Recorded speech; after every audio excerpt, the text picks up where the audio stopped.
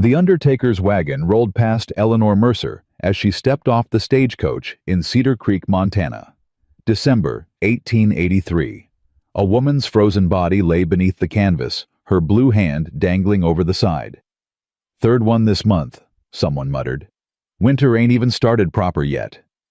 Ellie clutched her carpetbag and watched the wagon disappear. She'd come to cook for a widower with 5 motherless children. She didn't know the town had already buried 3 women this season. She didn't know she'd nearly become the 4th. If you're watching from anywhere in the world, drop your city in the comments below. I want to see how far Ellie's story travels. Subscribe and stay until the end. You won't believe what happens next. "You the widow?" The woman's voice cut through the frozen air like a blade. Ellie turned to find 2 women blocking her path, their faces hard as the ice beneath her boots. "I'm Eleanor Mercer. I'm here to—" "We know why you're here." The older woman, wrapped in expensive wool, looked her up and down. "The whole town knows.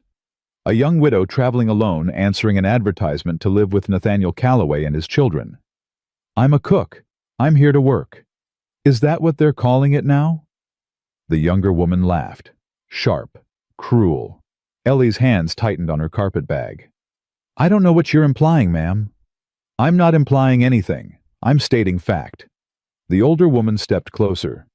"Nate Calloway's wife has been dead 3 years. He's got 5 children, a struggling ranch, and debts he can't pay. And now he's bringing a strange woman into his home." She shook her head. "I'm Cora Pritchard. My husband is the minister here. And I'm telling you as a Christian duty that whatever you think is waiting for you at that ranch, you're wrong." "I think a job is waiting for me." "A job." Cora smiled, but it didn't reach her eyes. "The last woman who took that job left in the middle of the night. The one before her lasted 2 weeks. They couldn't handle the children. They couldn't handle the isolation. And they certainly couldn't handle the talk." "What talk?" "The talk that follows any woman desperate enough to live alone with a man who isn't her husband." Cora leaned in. "Go home, Miss Mercer. Wherever you came from, go back. There's nothing for you here but shame and regret." Ellie held her ground. "I have no home to go back to." "Then God help you, because no one else will." The women walked away, their boots crunching in the snow. Ellie stood alone in the middle of the street, the cold seeping through her thin coat, her worn boots, her threadbare gloves. She had 47 cents in her pocket, a carpetbag with 2 dresses, and absolutely nowhere else to go. The undertaker's wagon had stopped outside a building at the end of the street. 2 men were carrying the woman's body inside.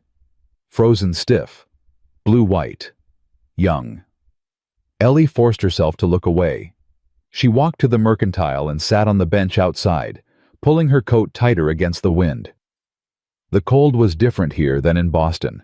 Sharper, more personal, like it wanted something from her. An old man huddled near the door, wrapped in so many layers, he looked more like a pile of rags than a person.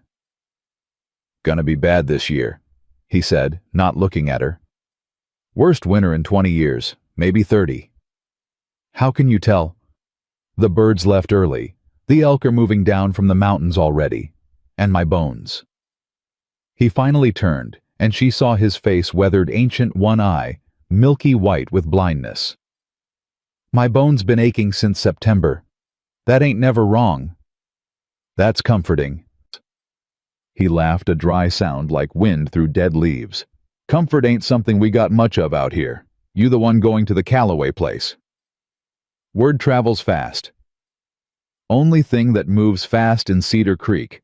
Everything else is slow. Slow mail, slow law, slow death." He shifted, bones creaking. "You know about Whitfield." "Who?" "Marcus Whitfield. Owns the biggest spread in the valley. Been buying up land for 15 years. Calloway Ranch is one of the last pieces he don't own." The old man spat into the snow. "He don't like being told no, and Nate Calloway keeps telling him no." "What does that have to do with me?" "Maybe nothing, maybe everything." He pulled his rags tighter. "Just watch yourself, miss. People die easy out here, and some deaths are easier than others. Before Ellie could respond, a wagon appeared at the end of the street. The driver was old, weathered, his face all hard angles and suspicion. He pulled the horses to a stop in front of the mercantile. "You the cook?" "Yes." "Been waiting long?" "2 hours." He muttered something under his breath. "Nobody offered you a place inside?" "No." His jaw tightened. "Get in. It's 8 miles to the ranch and the sun's already dropping." Ellie climbed onto the wagon bench. The old man with the prophecies watched her go, his one good eye tracking her until they turned the corner and Cedar Creek disappeared behind them. "Name's Walt Brennan," the driver said. "Foreman at the Calloway place for 23 years. Knew Nate's father, knew his grandfather. I'm Eleanor Mercer. Ellie. I know who you are. Read your letter." Walt kept his eyes on the road. "Widow. No family. Worked as a cook in Boston. Left out some things though, didn't you?" Ellie's stomach tightened. "I told the truth." "Truth ain't the same as the whole truth." He spat over the side of the wagon. "Don't matter to me. I'm not the one who hired you. But you should know what you're walking into. I know there are 5 children. 5 children who ain't had a mother for 3 years. 5 children who've watched 3 cooks come and go. 5 children who've learned not to get attached to anyone because everyone leaves." The words landed hard. "And Mr. Calloway?" Ellie asked. Walt was quiet for a long moment. The horse's breath fogged in the cold air. The wagon wheels creaked against the frozen ground. "Nate's drowning," he said finally. "Has been since Margaret died. Won't admit it. Won't ask for help. Just keeps working, keeps pushing, keeps trying to be mother and father and rancher all at once. Man's running on nothing but stubbornness and coffee. That's not sustainable." "No, it ain't." Walt glanced at her. "That's why he hired you. That's why he was desperate enough to bring a strange woman into his house despite what everyone would say. Everyone being Cora Pritchard, among others. The minister's wife has opinions about everything and shares them with everyone. She's already decided you're either a fortune hunter or a fallen woman. Maybe both." "I'm neither." "I know. I can tell." Walt's voice softened slightly. "You've got honest eyes. Tired but honest. That's more than most folks can say." They rode in silence as the land opened up around them. Endless white fields, dark mountains in the distance, sky so vast it made Ellie feel like a speck of dust on an infinite canvas. "The old man in town mentioned someone named Whitfield," she said. Walt's hands tightened on the reins. "What did he say?" "That Whitfield owns most of the valley. That he wants the Calloway ranch. That Mr. Calloway keeps telling him no. That's the short version. What's the long version?" Walt was quiet for several seconds. Then, "Marcus Whitfield came to this valley 20 years ago with nothing but ambition and a willingness to do whatever it took to get what he wanted. He bought struggling ranches for pennies.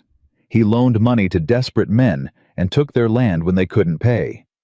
He's got the sheriff in his pocket, 2 territorial judges on his payroll, and enough hired guns to start a small war. And he wants the Calloway ranch. He wants the water rights. Calloway land sits on the best creek in the valley.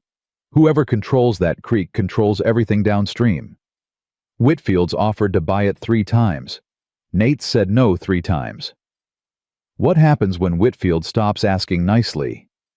Walt looked at her, something shifting in his expression. "That's a smart question, Miss Mercer. Smarter than I expected. I've dealt with dangerous men before." "Have you now?" It wasn't a question. Ellie didn't answer. They passed a fence line, the posts newer than the weathered wood around them. A sign hung from the gate, "Whitfield Cattle Company. No trespassing." "That's his land," Walt said. "Starts here, runs all the way to the mountains. Used to be 4 different ranches. Now it's all his." "How did he get it?" "Same way he gets everything. Pressure, patience. And when those don't work..." Walt shrugged. Accidents happen out here. Fences get cut. Cattle go missing. Barns catch fire in the night. Hard to prove anything. Even harder to fight back when you're already struggling. Has he done those things to the Callaway Ranch? Not yet, but he will. Soon as he figures out that Nate ain't never going to sell willingly. They crested a hill, and the ranch came into view below them. A main house, solid log construction smoke rising from the chimney. A large barn, several outbuildings, corrals where horses stood with their breath clouding white. It should have looked peaceful. Instead, it looked like a fortress under siege. "Home sweet home," Walt said dryly. The front door opened before the wagon stopped rolling. A girl stood in the doorway, 12 or 13, her face a mask of cold assessment. Brown hair pulled back tight, dress worn but clean, eyes that had seen too much disappointment to trust easily. "You're late," she said to Walt. "Had to wait for the stage." She could have waited inside the mercantile. Nobody offered. The girl's jaw tightened. She looked at Ellie with the same expression someone might give a stray dog, pity mixed with suspicion. "I'm Sarah Callaway. I run this house." "I'm Eleanor Mercer. I'm here to help you run it." "I don't need help." "Sarah." A man's voice, deep and tired, came from inside. "Let her in. It's cold." Sarah stepped aside, but her eyes never left Ellie's face, measuring, judging, finding her wanting. Ellie climbed down from the wagon and walked into the house. The warmth hit her immediately. Welcome after hours in the cold. A fire burned in a large stone fireplace.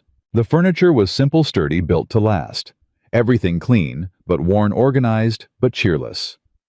A man stood near the fireplace, tall, broad shoulders, dark hair with gray at the temples, eyes that looked like they'd forgotten how to rest. Nathaniel Callaway. "Miss Mercer." He didn't offer his hand, didn't smile. "You made it." "I did." "How was the journey?" "Long." "And the town?"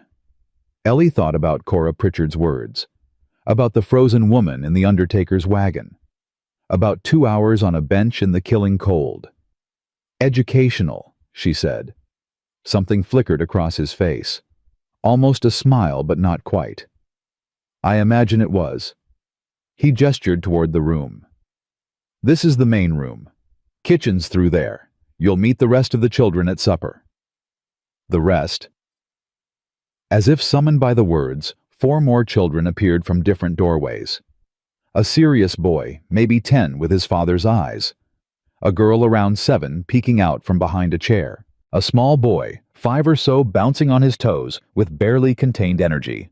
And a tiny girl, 3 at most, hiding behind the serious boy's leg. "Daniel, Lily, Jacob, Emma." Nate pointed to each in turn. "Children, this is Miss Mercer. She's going to help with the cooking and the house." Silence. Jacob broke first. "Can you make pie?" "Jacob," Sarah said sharply. "Don't be rude." "It's not rude. It's important. Ma used to make pie." The word hung in the air. Ma. A ghost everyone felt, but no one mentioned. "I can make pie," Ellie said carefully. "What kind did your mother make?" "Apple. It was the best." Jacob's eyes went bright. "Can you make apple pie?" "If we have apples, yes." "We got apples in the cellar," Daniel said quietly. First words he'd spoken. "I helped pick them last fall." "Then I'll make apple pie tomorrow." Jacob's face lit up. Emma peeked out from behind Daniel's leg, curious despite her fear. Even Lily took a step forward. Only Sarah remained unmoved. "The last cook said she'd make pie too," Sarah said. "She left before she could." "I'm not the last cook." "No, you're the 4th. And they all said the same thing. They'd stay. They'd help. They'd make things better." Sarah's voice was flat. "They all lied." "Sarah." Nate's tone carried warning. "It's fine," Ellie said. "She's right to be cautious. She doesn't know me. None of you do." She looked at each child in turn, then at Nate, then back to Sarah. "I'm not going to promise to stay forever. I'm not going to promise everything will be perfect. But I am going to promise this: I'll be honest with you. Every day. About everything. And if I ever have to leave, I'll tell you why, and I'll say goodbye properly. I won't just disappear in the middle of the night." The room was very quiet. Emma tugged on Daniel's sleeve. "I'm hungry," she whispered. "Supper's at 6. Sarah said, her voice slightly less cold than before. "The men eat first, then us. Pa likes his coffee strong and his eggs soft. Daniel won't eat onions. Lily needs her toast crusts cut off. Jacob eats anything but talks too much. Emma won't eat unless someone she trusts feeds her." "What about you?" Sarah's chin lifted. "I'm not your concern." She turned and walked away, disappearing down a hallway. Nate exhaled slowly. "I'm sorry. She's protecting her family. I understand." Ellie picked up her carpet bag. "Where's my room?" "Down the hall, last door on the right. It's small, but it's private." "Private is all I need." She walked down the hallway, feeling eyes on her back. The room was exactly as promised. Small, simple, clean. A bed, a chair, a washstand, a window looking out at snow-covered hills. She set down her carpet bag and sat on the bed. Her hands were shaking. From the cold, she told herself. Just the cold. The kitchen was a disaster. Not dirty. Sarah had clearly kept it scrubbed and organized, but chaotic in the way of a household run by necessity rather than skill. Mismatched pots, dull knives, a stove that looked like it hadn't been properly cleaned in months. Ellie rolled up her sleeves. By the time the ranch hands came for supper, she had coffee brewing biscuits in the oven and a pot of stew bubbling on the stove. Not fancy, but solid. Real food. The men filed in, 5 of them, including Walt, their faces wind-burned and tired. They stopped when they saw the table set properly, smelled the food, registered that something had changed. "Hot damn," one of them breathed. Young, maybe 20, with sandy hair and an easy grin. "Is that actual stew, Pete?" Walt said warningly. "What I'm just saying. Last time we had stew that didn't taste like boot leather was—" He stopped. "Well, a long time." They sat down and ate like men who'd forgotten what good food tasted like. No one talked. They just shoveled food into their mouths, sopping up gravy with biscuits, draining coffee cups that Ellie refilled without being asked. When they finished the one called, Pete leaned back and sighed. "Ma'am, I don't know where you came from, but I hope you never go back." "Pete," Walt said again, "I'm being polite. You're being familiar." "It's all right," Ellie said. "Thank you, Pete. I'm glad you enjoyed it." The men left, still murmuring about the food. Walt lingered in the doorway. "That was good," he said. "Real good. Thank you. The children will be harder to please. I know." He nodded and left. Ellie cleared the dishes and set the table again, this time for smaller appetites. When the children came in, she was ready. Jacob ate everything put in front of him and asked for seconds. Lily nibbled carefully, watching Ellie with cautious curiosity. Daniel ate steadily, methodically, like someone who'd learned to treat food as fuel rather than pleasure. Emma sat on Sarah's lap and turned her face away every time Ellie approached. Sarah ate nothing. "You need to eat," Ellie said quietly. "I'm not hungry." "You've been working all day. You're hungry." Sarah's eyes flashed. "Don't tell me what I am." "Sarah." Nate's voice from the doorway. He'd come in silently, still in his work clothes, exhaustion carved into every line of his face. "Eat your supper." "I said I'm not—" "And I said eat." Father and daughter stared at each other. Something passed between them. Old arguments, old wounds, old grief that had never healed. Sarah picked up her spoon and began to eat. Nate sat down at the head of the table. Ellie served him without a word. Stew, biscuits, coffee. He ate mechanically, his mind clearly elsewhere. "Miss Mercer." "Yes." "Thank you for the meal." You're welcome. The children's bedtime is 8 o'clock. Emma first, then Jacob, then the others. Sarah usually handles it, but I can help. You don't have to. I know. He looked at her, then really looked at her, and something in his expression shifted. Not trust, not yet. But something close to hope. It was gone, almost immediately buried beneath exhaustion and caution. Good night, Miss Mercer. Good night, Mr. Calloway. Putting the children to bed was like conducting a small war. Jacob didn't want to stop talking. Lily wanted a story. Emma screamed when Ellie tried to pick her up, clinging to Sarah with desperate strength. She doesn't know you yet, Sarah said, not unkindly. Give her time. How much time? With Emma could be weeks, could be months. She watched Ma die. She was in the room when it happened. She doesn't trust women anymore. The words hit Ellie like a physical blow. She was 3 months old. She doesn't remember it. But something in her knows. Sarah shifted Emma on her hip. I'll put her down. You handle Jacob. He'll talk your ear off, but eventually he runs out of words. It took an hour to get all the children settled. By the end, Ellie was exhausted in a way she hadn't been in months. She found Sarah in the kitchen washing the last of the dishes. Let me help. I can do it. I know you can, but you don't have to. Sarah's hands stilled in the water. She didn't turn around. Why are you here? She asked quietly. Because I need work. There's work everywhere. Why here? Why a ranch in the middle of nowhere with 5 children and a father who barely talks and a town that's already decided you're a scandal? Ellie picked up a towel and began drying the dishes Sarah handed her. My husband died 2 years ago. He left me with nothing but debts. His family threw me out. I took whatever work I could find, scrubbing floors, mending clothes, cooking in boarding houses. I came here because your father's advertisement was the first thing in 2 years that offered me a real chance. Room, board, fair wages, a place to be. That's it. Just survival.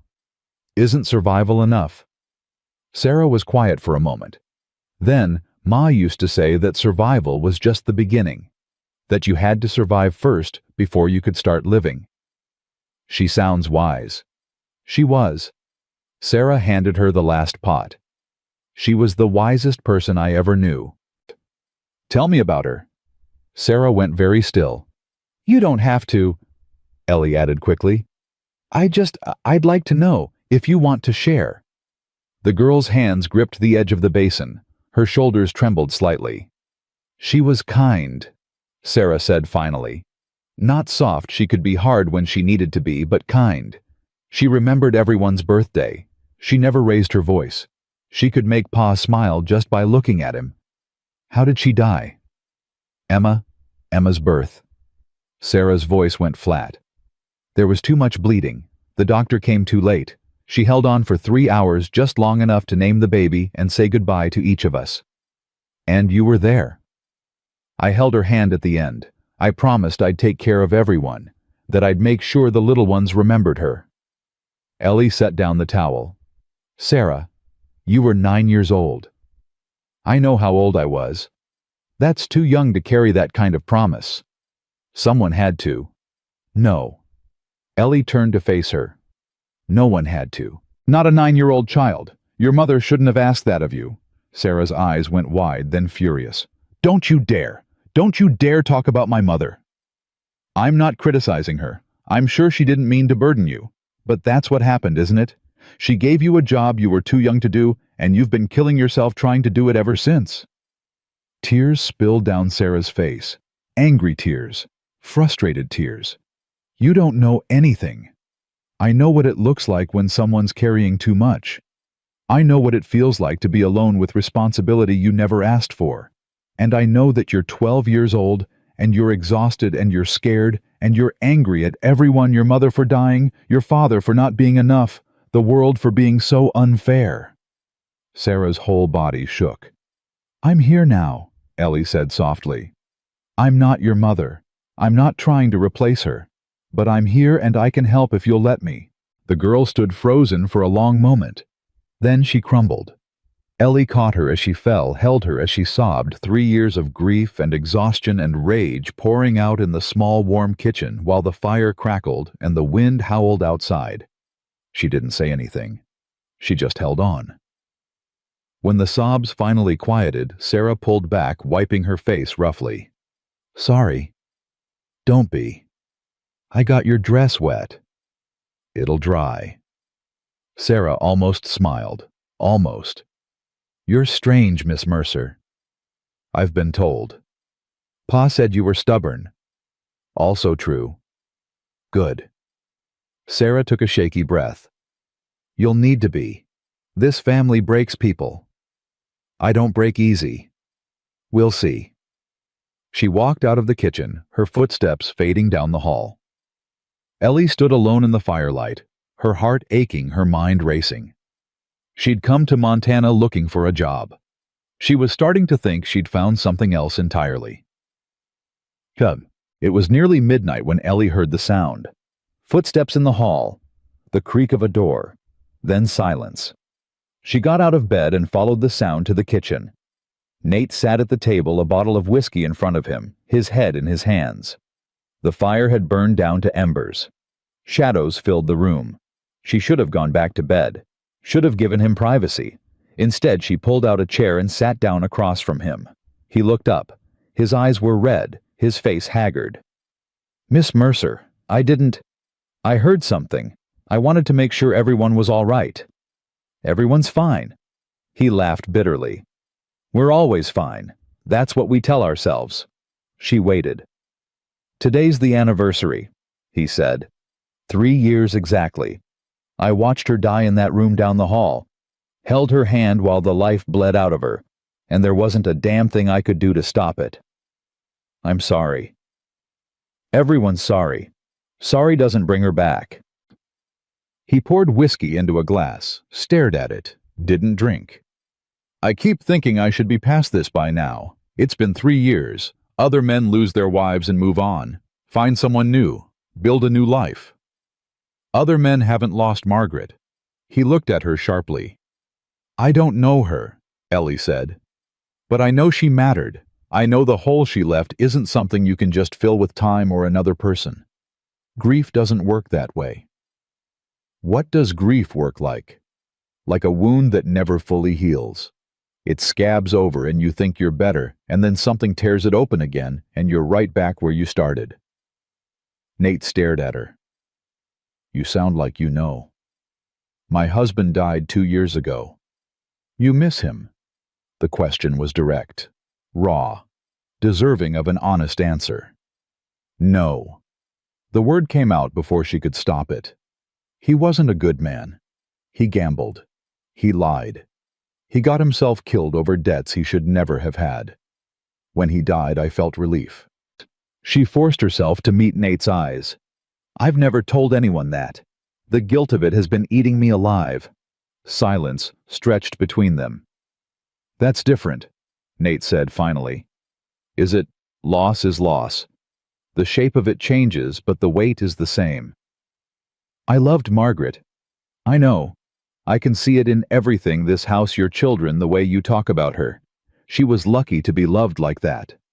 She died screaming. She died afraid. She died begging me to save her, and I couldn't." His voice broke. "How is that lucky?" Ellie reached across the table and covered his hand with hers. He went very still. "You were there," she said. "At the end, when it mattered most, you were there. You held her hand. You told her you loved her. You promised to take care of your children. That's not nothing, Mr. Calloway. That's everything." His hand turned under hers, fingers closing around her palm. Rough skin, calluses, warmth. "Nate," he said quietly. "Call me Nate." Nate. Ellie. They sat in the darkness, hands clasped across the table. Two broken people finding unexpected comfort in shared pain. Outside, the wind picked up. Snow began to fall.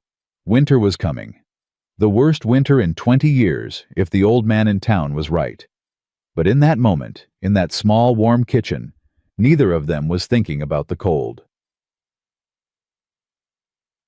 The next morning, Ellie woke to screaming. She was out of bed and running before she was fully conscious. The sound was coming from outside. High terrified a child's voice. She burst through the front door into blinding white. Snow everywhere. A foot of it, maybe more, fallen overnight. And in the middle of the yard, Jacob standing over something dark in the white expanse. "Miss Ellie! Miss Ellie!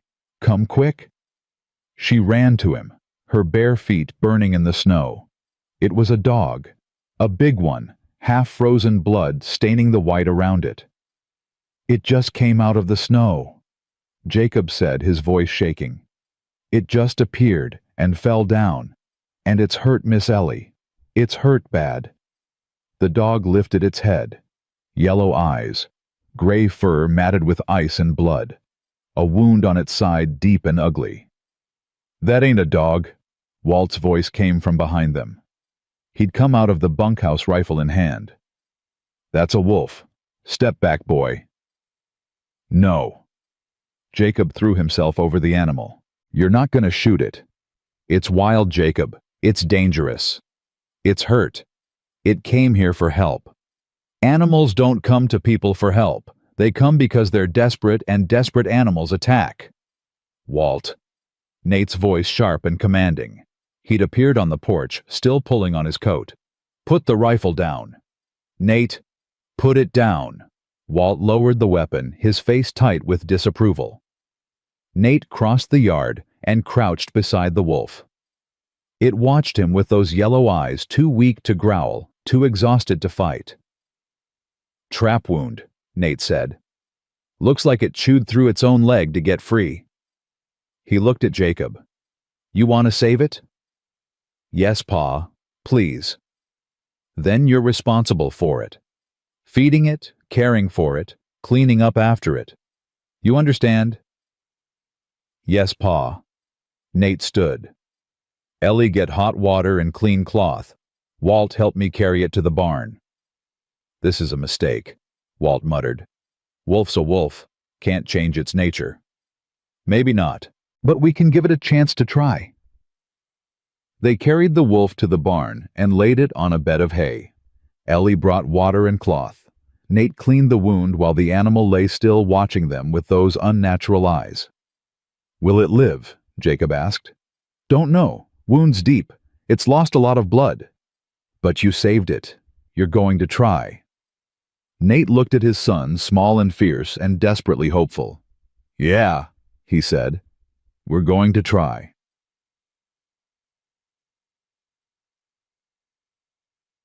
That afternoon, as Ellie was preparing dinner, a rider appeared on the ridge. Walt saw him first. His whole body went rigid. "Nate, company." The rider descended slowly, unhurried, like a man who owned everything he surveyed. He was well-dressed, his coat expensive, his horse a beautiful black thoroughbred that probably cost more than everything in Ellie's carpet bag combined. He stopped in the middle of the yard and waited. Nate walked out to meet him. Ellie watched from the kitchen window. "Whitfield." "Calloway." The man smiled, but it didn't reach his eyes. "Cold day for a visit, I know. But I heard you had some excitement last night." "News travels fast." "It does when it involves wolves appearing on doorsteps. Some might call that an omen. Some might call it a hungry animal looking for shelter." Whitfield dismounted, his movements smooth and controlled. He was older than Nate, maybe 50, with silver hair and a face that had probably been handsome before ambition hardened it. "I'll get right to the point. I'm prepared to offer you $12,000 for this property. That's $3,000 more than market value." The answer's still no. "I haven't even—" "You've asked 3 times. I've said no 3 times. What makes you think the 4th will be different?" Whitfield's smile faded slightly. "Times change, Calloway. Circumstances change. I understand you've had some difficulties lately. Fences needing repair. cattle moving slower than usual. And now a new woman in your house, which I'm sure is causing all sorts of talk in town." Ellie's hands tightened on the windowsill. "My circumstances are my business," Nate said. "Of course. But this valley is my business. Everything that happens here affects me, including—" Whitfield's eyes drifted to the kitchen window, meeting Ellie's gaze across the distance. "Who my neighbors choose to associate with. If you've got something to say about Miss Mercer, say it plain." "I wouldn't dream of it. A man's household is his own affair. I'm simply here to remind you that my offer stands, whenever you're ready to be reasonable." "I won't be." Whitfield mounted his horse. "We'll see. Winter's coming Callaway, and this one's going to be brutal. Sometimes it takes hardship to help people see clearly." He rode away without waiting for a response. Nate stood in the yard watching him go. His hands were fists at his sides. Ellie stepped outside. That was him, Whitfield. That was him. He's not going to stop. No. Nate turned to face her. His eyes were hard, but beneath the hardness was something else. Fear. Not for himself, for everything he stood to lose. No, he's not. That night, the temperature dropped 20 degrees. The wind howled against the walls like something alive and hungry. Snow piled against doors and windows. The fire in the main room had to be fed constantly just to keep the cold at bay. Ellie couldn't sleep. She lay in her narrow bed, listening to the storm, thinking about Whitfield's words. Sometimes it takes hardship to help people see clearly. It sounded like a threat. It sounded like a promise. Around midnight, she heard crying. She followed the sound to the children's room. Emma sat upright in her bed, tears streaming down her face, arms reaching toward something that wasn't there. "Mama," she sobbed. "Mama, Mama, Mama." Sarah was already there trying to comfort her, but Emma pushed her away. "She does this sometimes," Sarah said, exhaustion heavy in her voice. "Nightmares. Nothing helps." Ellie approached the bed slowly. "Emma, sweetheart, can you hear me?" The little girl's eyes were open, but unfocused, still trapped in whatever terror had found her in sleep. Ellie began to sing. It was an old song, one her mother had sung to her when she was small. A lullaby about stars and ships and safe harbors. Her voice was nothing special, rough from disuse, uncertain in the melody, but she sang anyway. Emma's crying slowed. Her eyes focused. She looked at Ellie, really looked at her for the first time since she'd arrived. "More," she whispered. Ellie sang another verse, then another. Emma's eyes drifted closed. Her breathing steadied. She slept. Sarah stared at her. She hasn't let anyone sing to her since Ma died. Maybe she was ready. Maybe. Sarah's voice was thick. Or maybe you're different. I'm not different. I'm just here. Same thing. The storm raged outside, but inside in the small, warm room, something had changed. Ellie looked at the sleeping child, at the exhausted girl, at the life she'd somehow stumbled into. She'd come to Montana looking for work. She was starting to think she'd found a family. The storm lasted 3 days. 3 days of wind that screamed like something dying. 3 days of snow piling against windows until the glass cracked from the pressure. 3 days of Ellie and the children huddled around the fire while Nate and the men fought to keep the cattle alive. On the second night, Pete came in with frostbite on 3 fingers. "Damn gloves tore," he said through chattering teeth. "Didn't notice till I couldn't feel nothing." Ellie sat him by the fire and examined the damage. The fingers were waxy white, the skin hard to the touch. She'd seen this before in Boston on men who worked the docks in winter. "I need hot water. Not boiling, just warm, and cloth." Sarah moved without being asked, filling a basin, bringing clean rags. She'd stopped questioning Ellie's orders somewhere around the second day. Survival had a way of stripping away pride. Ellie worked on Pete's hand for an hour, slowly warming the frozen tissue, watching for the flush of returning blood. When the color finally came back pink and angry, Pete nearly cried with relief. "You saved my fingers, ma'am." "They're not saved yet. You need to keep them warm and dry for the next week. No work outside. But the cattle, we'll have to manage without you. Unless you'd rather lose the hand entirely." Pete shut up after that. Nate found her in the kitchen later, washing blood and dead skin from her hands. He stood in the doorway, snow still melting in his hair, exhaustion carved into every line of his face. "Walt told me what you did. It wasn't much. It was enough." He stepped closer. "Where'd you learn that treating frostbite, Boston winters aren't kind either? I worked in a boarding house near the docks, saw a lot of frozen men." "You're full of surprises, Ellie Mercer." "I prefer to think of myself as practical." He almost smiled. Almost. Practical's good. Practical keeps people alive. The wind howled outside, rattling the windows. Somewhere in the barn, the wolf Jacob had saved was healing, slowly, eating scraps, watching everyone with those yellow eyes. "How bad is it out there?" Ellie asked. Nate's face darkened. "Bad. We've lost 6 head already. Frozen where they stood. The rest are crowded in the barn, but if this keeps up much longer—" He didn't finish. He didn't have to. Whitfield's cattle.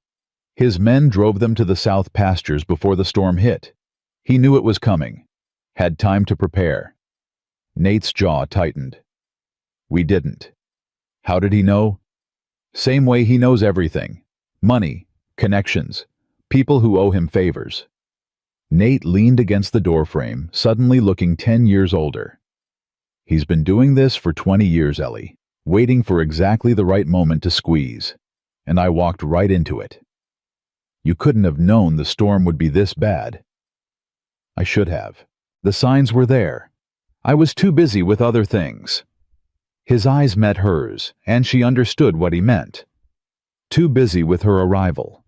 With the disruption she'd caused. With the talk in town and Whitfield's visit, and everything that had happened since she stepped off that stagecoach. "This isn't your fault," she said firmly. "Isn't it?" "No. Whitfield would have found another way. Another angle. You said it yourself, he's been doing this for 20 years. If it wasn't the storm, it would have been something else." Nate was quiet for a long moment.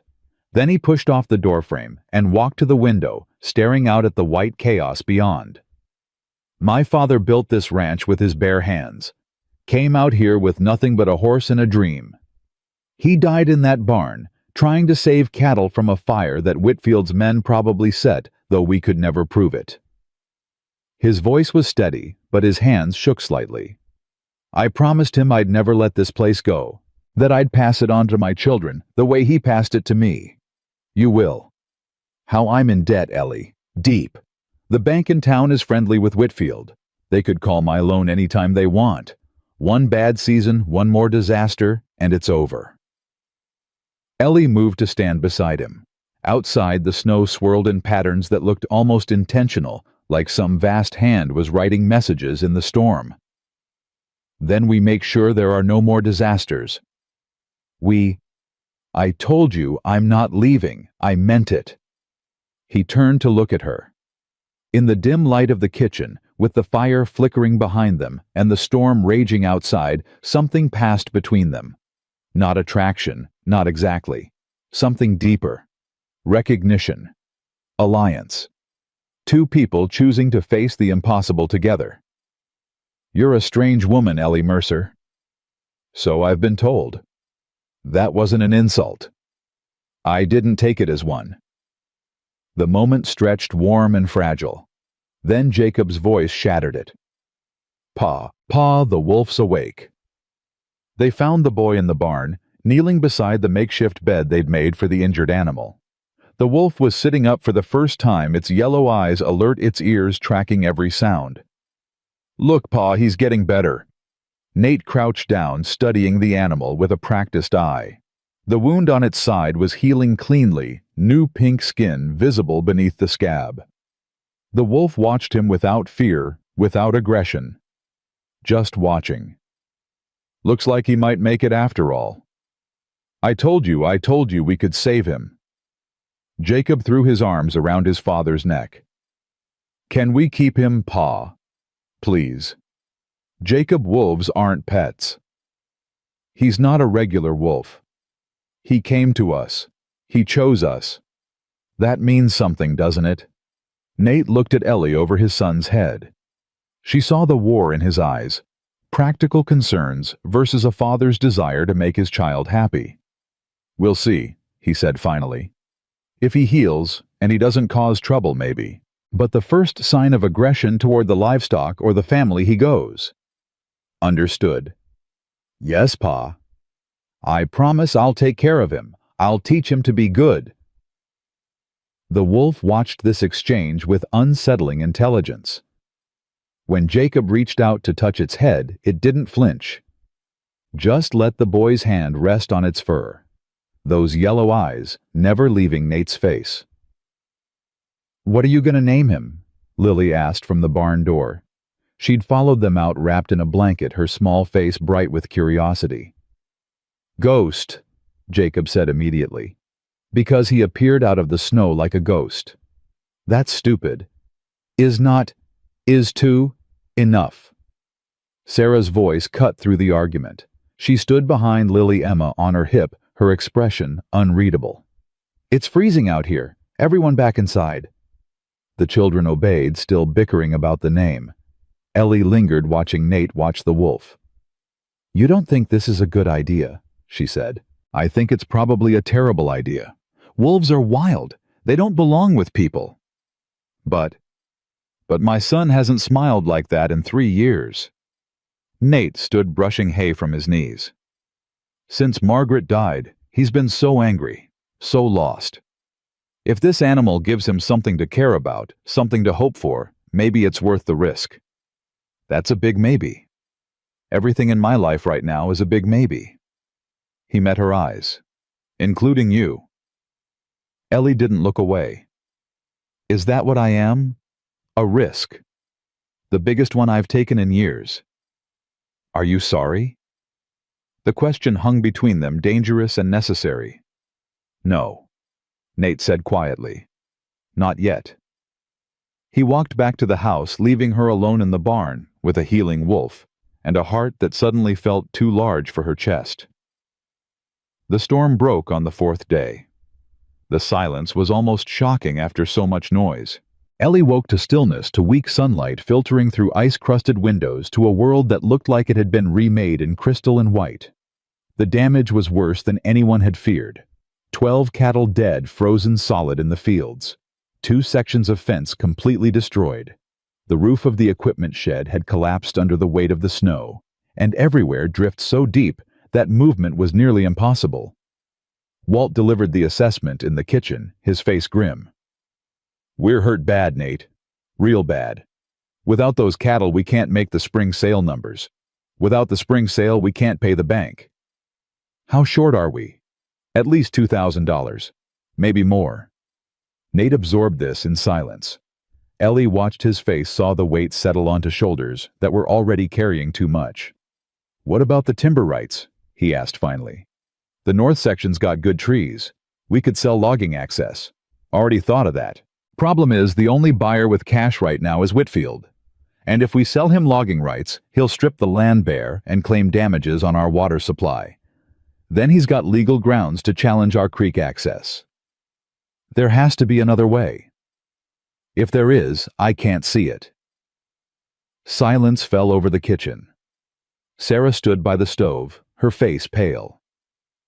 Daniel sat at the table, his young eyes old with understanding. Even Jacob was quiet, sensing the weight of adult fears. "We could sell something else," Daniel said suddenly. Everyone looked at him. "The horses. We got 8. We only need 4 for work. The others are extras. And Duke." He named the big bay stallion that was Nate's pride. "Duke's worth at least $500. Maybe more." Nate's expression flickered with pain. Duke had been Margaret's horse once, the last living connection to her aside from the children. "Daniel, I know Pa. I know what Duke meant to Ma. But she'd want us to keep the ranch more than she'd want us to keep a horse. The boy's voice was steady, but his hands trembled. That's what she'd say. I know it is. Ellie felt tears sting her eyes. 10 years old, and already sacrificing. Already putting family before sentiment. Nate was quiet for a long moment. Then he crossed the room and put his hand on Daniel's shoulder. You're right, he said roughly. She would say exactly that. So we sell Duke. We sell Duke, and the 2 mares we don't need, and anything else that'll bring money. Nate looked around the kitchen at his family, his employees, the woman who'd stumbled into their lives 2 weeks ago and somehow become essential. We're going to survive this, all of us. Together. The word together seemed to include Ellie. She felt it settle over her like a blanket, warm and heavy. 2 days later, Nate rode into Cedar Creek with Daniel to arrange the horse sales. They were gone for hours. Ellie kept busy with the children, with the cooking, with the 1,000 small tasks that filled her days now. But her mind kept wandering to the town, to what Nate might be facing there. When the wagon finally appeared on the ridge, she was at the window before she realized she'd moved. Something was wrong. Nate was driving, his posture rigid. Daniel sat beside him, his face hidden. And in the back of the wagon, where the horse money should have been, sat nothing but empty space. Ellie met them in the yard. What happened? Nate climbed down from the wagon. His jaw was tight, his eyes blazing with barely contained fury. The horses are gone. Gone? What do you mean gone? Sold, but not by us. He pulled a piece of paper from his pocket and handed it to her. Whitfield got there first. Bought up every horse in the territory for twice market value. Nobody will deal with us now. They're all too afraid of losing his business. Ellie stared at the paper. It was a notice from the livestock dealer in town, expressing regrets, explaining that Mr. Whitfield had made an exclusive arrangement. He can do that. He can do whatever he wants. He owns the dealer, owns the bank, owns half the damn town. Nate's voice cracked. We rode 8 hours for nothing, and now everyone knows how desperate we are. Daniel hadn't moved from the wagon. His shoulders shook slightly, though whether from cold or something else Ellie couldn't tell. Daniel, she said gently, come inside. You need to warm up. The boy climbed down, his face streaked with frozen tears. I thought I was helping, he whispered. I thought selling Duke would fix everything. Ellie put her arms around him. He stiffened at first, unused to comfort from anyone but Sarah. But then he collapsed against her, sobbing, the way children do when the world proves crueler than they expected. You did help, she said. You showed your father what courage looks like. That matters more than any horse. But we're still going to lose the ranch. No. Ellie looked up at Nate over the boy's head. No, we're not. That night after the children were asleep, Ellie found Nate in the barn. He was sitting on a hay bale, staring at nothing, a bottle of whiskey beside him that he hadn't touched.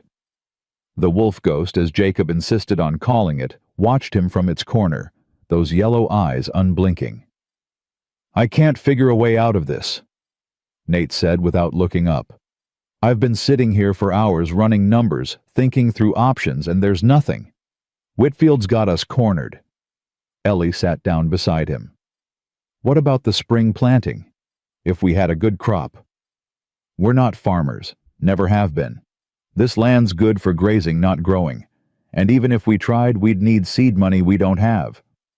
What about borrowing from somewhere else? Another bank, another territory. No one lends to a man who's already in debt, especially not when Whitfield's spreading word that we're about to go under. Nate finally looked at her. He's thought of everything, Ellie. Every angle, every escape. He's been planning this for years. Then we need to think of something he hasn't planned for. Like what? She didn't have an answer. The impossibility of their situation pressed down on her, suffocating and complete. When I came here, she said slowly, I had nothing, less than nothing. I was running from creditors, from shame, from a life that had fallen apart so completely, I couldn't see how to put it back together. And you know what I learned? What? That sometimes the only way out is through. Straight through the worst of it without stopping, without looking back. You can't outrun disaster, Nate. You can only outlast it. Outlast Whitfield. He laughed bitterly. He's got more money than God. He can wait forever. But he won't. Men like him are impatient. They want what they want, and they want it now. That's why he's pushing so hard, spreading rumors, buying up horses, trying to force your hand before spring. Ellie leaned forward. What if we just don't break? What if we hold on day by day, week by week, until he gets tired of waiting?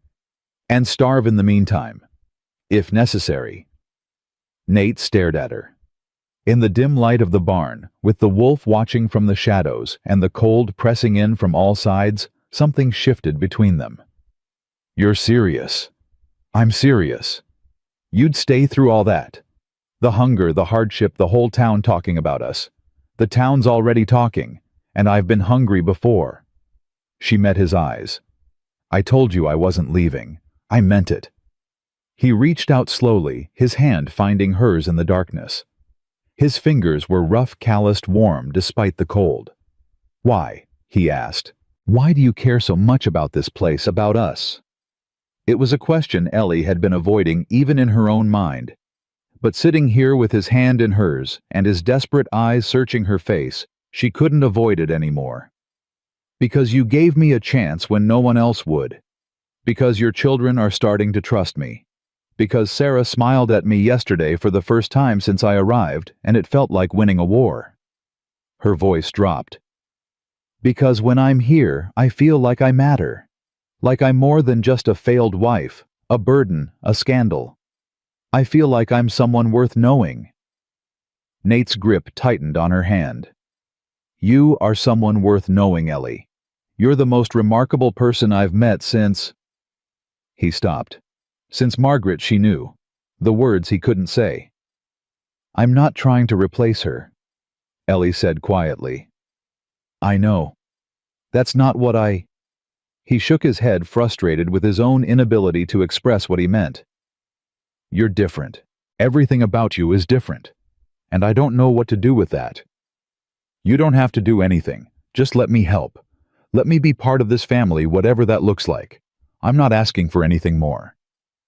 The wolf shifted in its corner, and both of them startled at the movement. Ghost had risen to its feet, those yellow eyes fixed on the barn door. A moment later, they heard it too. Hoofbeats approaching fast. Nate was on his feet instantly, reaching for the rifle he kept by the door. Stay here. Like hell. They went out together into the frozen night. A rider was coming down the ridge, pushing his horse, hard snow spraying in his wake. That's Pete, Nate said, squinting. What's he doing out this late? Pete reined in hard, nearly throwing himself from the saddle. Boss, the south fence. Someone's cutting it. What now in the middle of the night? I saw lanterns. At least 3 men. They're driving the cattle through, trying to scatter them into Whitfield's land. Nate was already moving toward the stable. Wake Walt. Get everyone armed. We're riding out. Nate! Ellie grabbed his arm. This could be a trap. Whitfield could be trying to provoke you into something. Maybe. But if I don't stop them, we'll lose everything we have left. He pulled free and ran for the horses. Within minutes, Nate, Walt, Pete, and Charlie were mounted and riding hard toward the south pasture. Ellie stood in the yard watching them disappear into the darkness, her heart hammering. Sarah appeared at her side. What's happening? Someone's attacking the fence line, trying to scatter the cattle. Whitfield. Probably. Sarah's face was pale but determined. What do we do? Ellie looked at her. This girl who'd been forced to grow up too fast, who'd carried her family on her shoulders for 3 years, who was standing here now asking for direction instead of giving it. We get the children to the cellar, we barricade the doors, and we wait. That's it, we just wait. Sometimes waiting is the hardest fight of all. They roused the younger children from sleep, wrapped them in blankets, carried Emma, who was too groggy to walk. The cellar was cold and dark, smelling of earth and stored vegetables. Jacob clutched his blanket, his voice trembling. Is Pa going to be okay? Your father's the strongest man I know, Ellie said. He's going to be fine. How do you know? Because he has too much to come back to. The hours that followed were the longest of Ellie's life. She sat in the darkness with the children gathered around her, listening to the wind, listening for hoofbeats, listening for gunshots. Sarah sat rigid beside her Daniel on her other side. Jacob had finally fallen asleep, his head in Ellie's lap. Emma was curled against her sister thumb in her mouth. "Tell us a story," Lily whispered. Ellie's mind went blank. Then, without planning to, she began to speak. Once upon a time there was a woman who thought she had nothing left. Her husband was dead, her home was gone, and everyone she knew had turned their backs on her.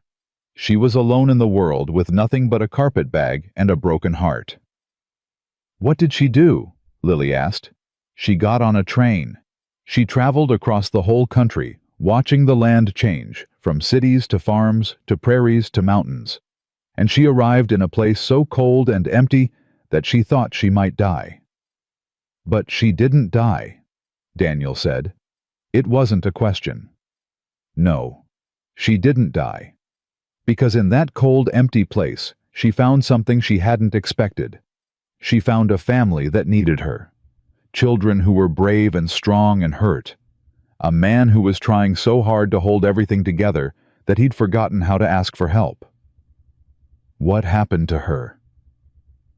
Ellie looked at the faces around her, illuminated by the single candle they'd brought to the cellar. These children who'd become hers without her planning it. This life that had claimed her when she wasn't looking. "She found out that home isn't a place," she said softly. "It's the people who choose you, and she was chosen." Silence fell. Even the wind seemed to pause. Then from above, the sound of hoofbeats. Ellie was on her feet instantly. "Stay here." "But," Sarah started.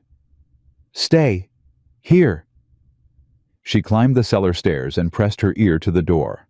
The hoofbeats had stopped. Voices muffled by distance and wood. Then footsteps on the porch. The front door opened. "Ellie! Ellie! It's me!" Nate's voice. Exhausted, but alive.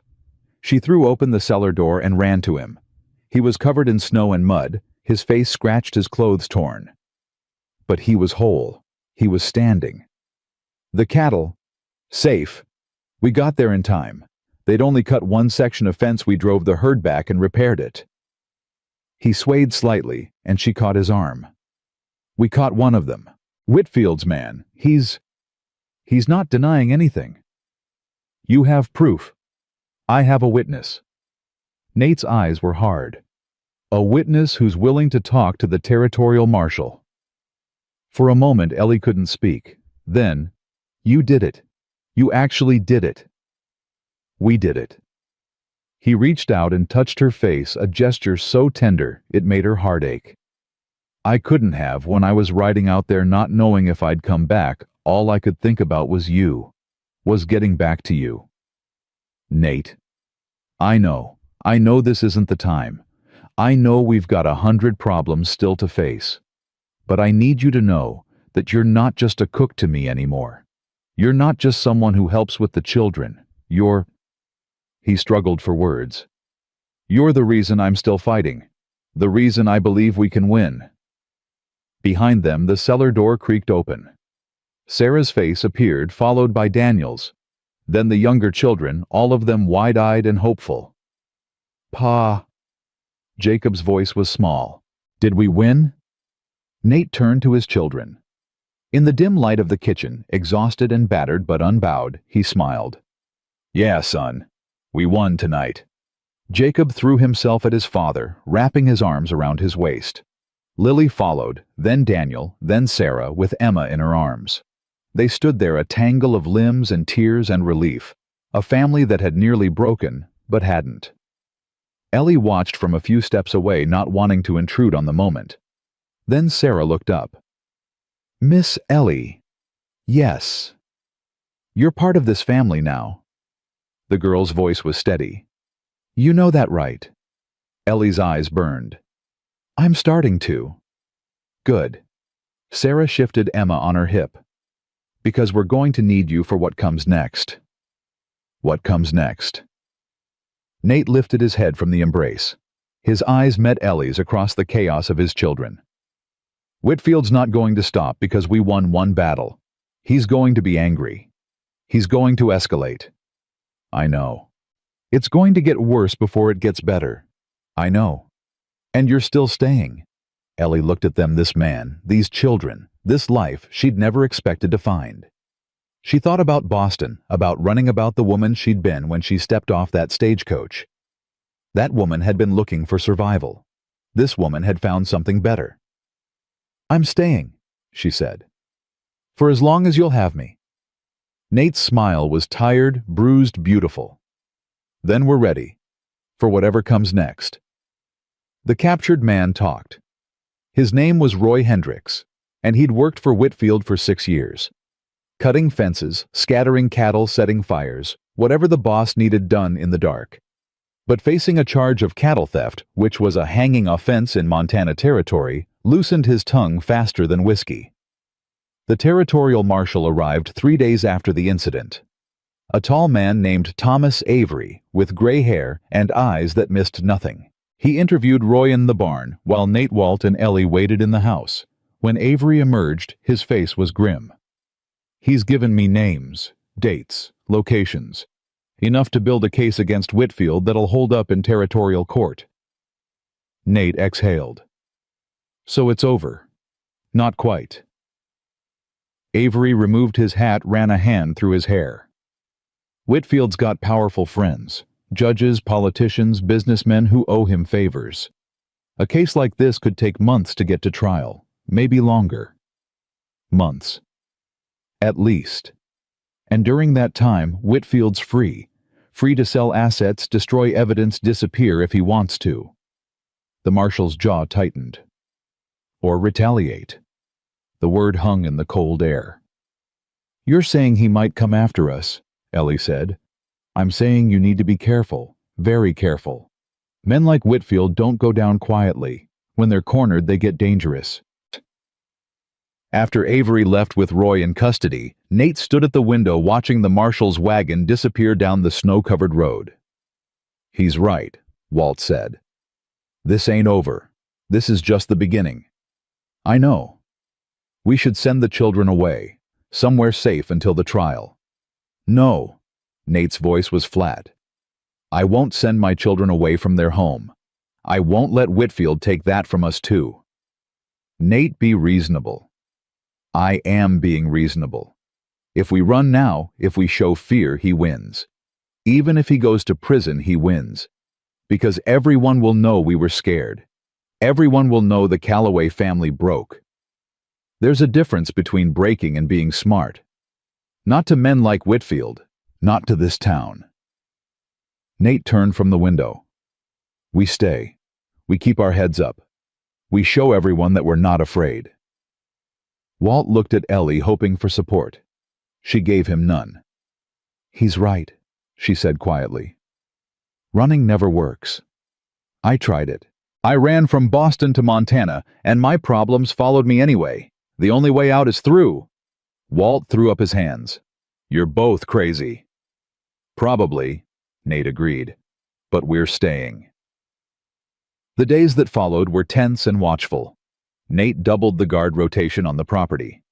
No one rode alone anymore. The children were kept close to the house, their freedom curtailed by dangers they only half understood.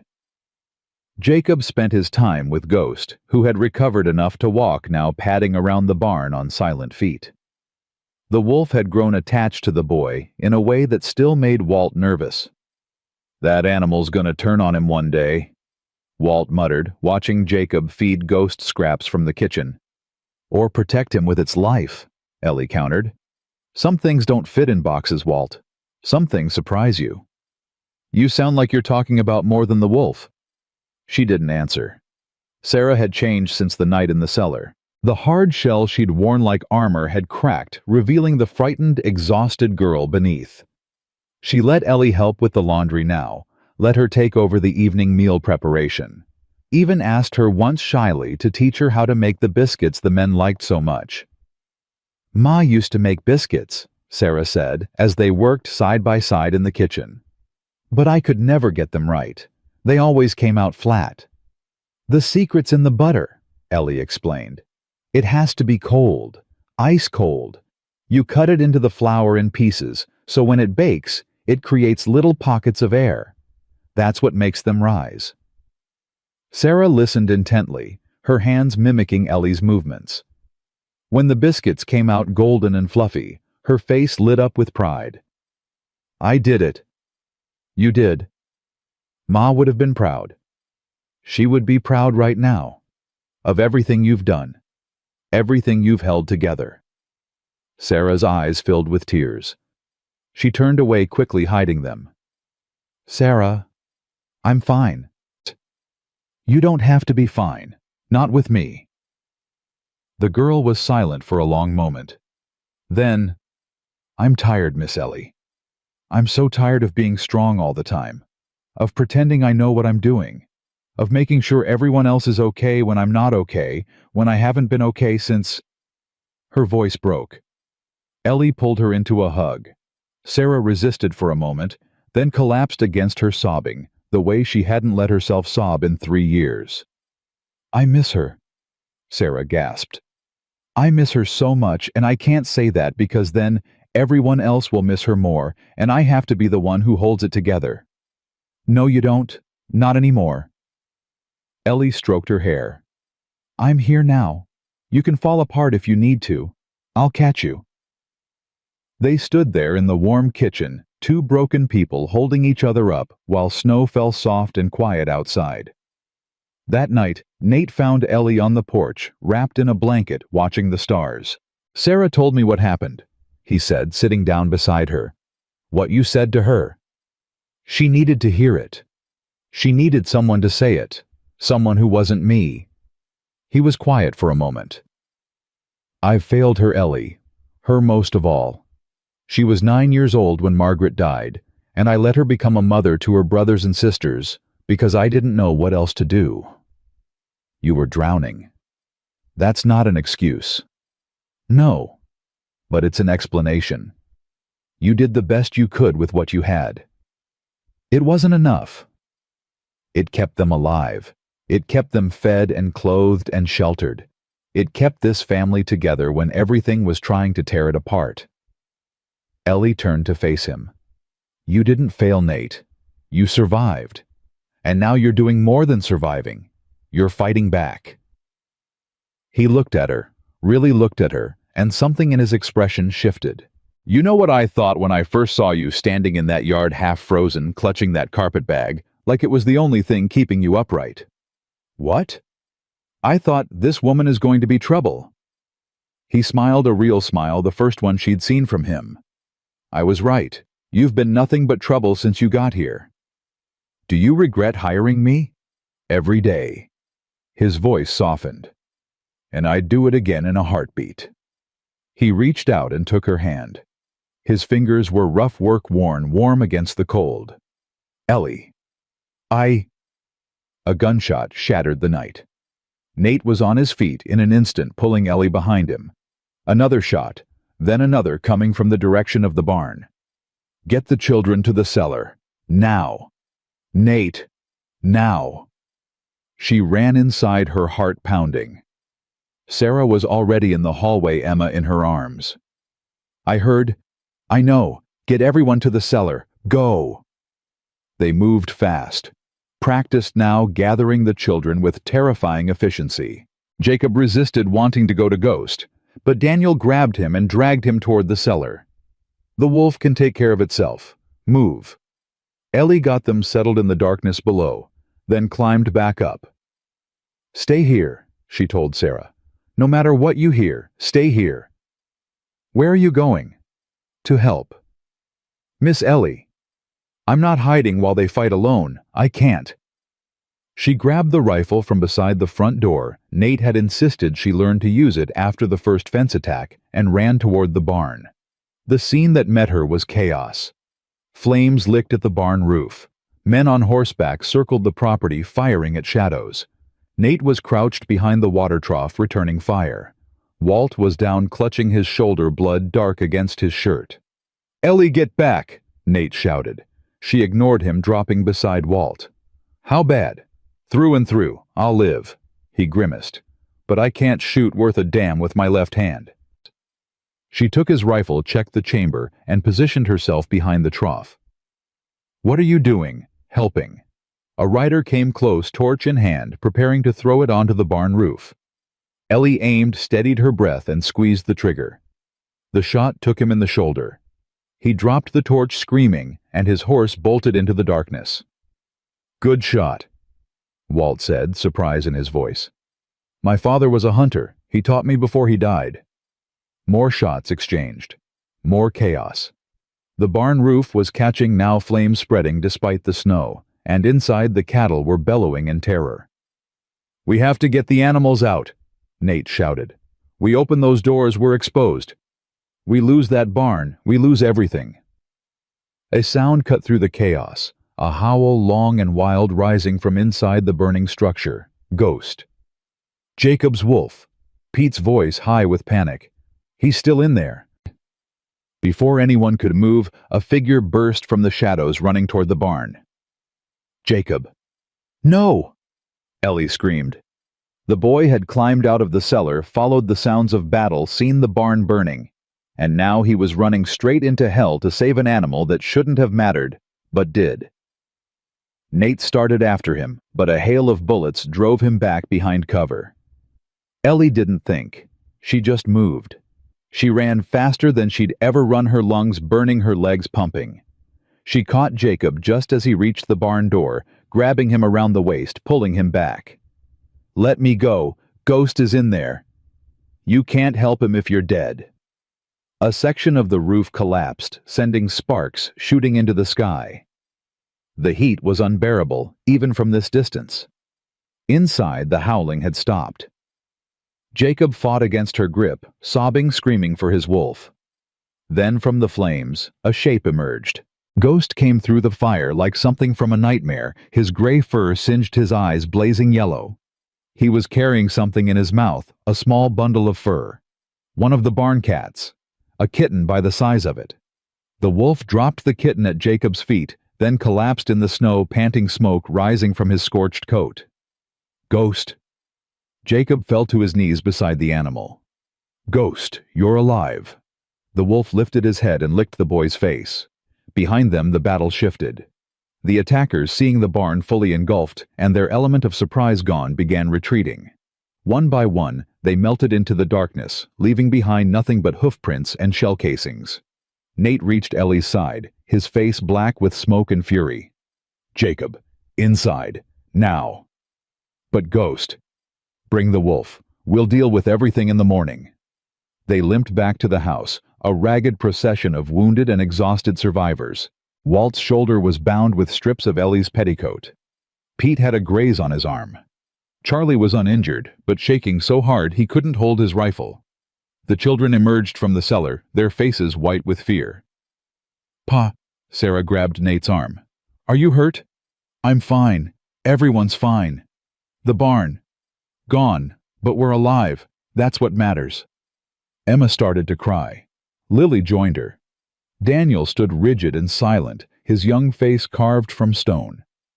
Jacob sat on the floor, Ghost's massive head in his lap, the rescued kitten mewling in his arms. "He saved it," Jacob said wonderingly. "Ghost went back into the fire to save a kitten." "Animals surprise you," Ellie said softly. "Some things don't fit in boxes."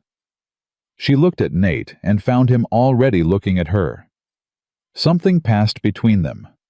Gratitude, fear, love that neither had named yet. "You could have been killed," he said. "So could you." "That's different." "No, it isn't. Not anymore." Dawn came gray and cold. The barn was a smoking ruin, black timbers rising from the snow like broken bones. The cattle had scattered in the chaos, some to the pastures, some into Whitfield's land, some simply gone. Nate stood in what had been the doorway, staring at the destruction. 14 years, he said quietly. My father built this barn 14 years ago. I helped him raise the roof beams. I carved my initials in the corner post." Ellie stood beside him silent. "He said it would stand for 100 years. He said our grandchildren would stable their horses here." Nate's voice cracked. He was wrong. Buildings can be rebuilt. With what? We've got no money, no credit, no way to make spring sale numbers. Even if Whitfield goes to prison, we're finished. You don't know that. Yes, I do. He turned to face her, and she saw something in his eyes she'd never seen before. Defeat. I've run the numbers 100 times. Without that barn, without the cattle we lost, we can't make it through spring. The bank will call our loan. Whitfield wins prison or no prison. There has to be another way. There isn't. I've looked. I've prayed. I've done everything except accept the truth. His shoulders slumped. It's over, Ellie. I've lost. She grabbed his arms, forcing him to look at her. You haven't lost. Not while you're still breathing. Not while your children are still healthy. Not while people care about what happens to you. What people? The town thinks I'm a scandal. Whitfield owns everyone who matters. The marshal can't help us with money. Who's left? Me. I'm left. And what can you do? The question wasn't cruel. It was genuinely curious, genuinely desperate, as if he was begging her to give him a reason to hope. I don't know yet, but I'll find something. I'll figure it out. Why? Why do you care so much about this place, about us?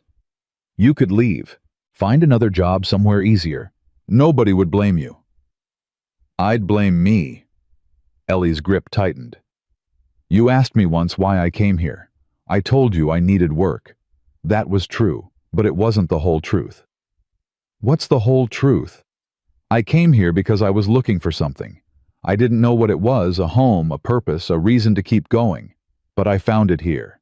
I found it in your children, in your stubborn refusal to give up, in the way you looked at me like I was worth something, even when I didn't believe it myself.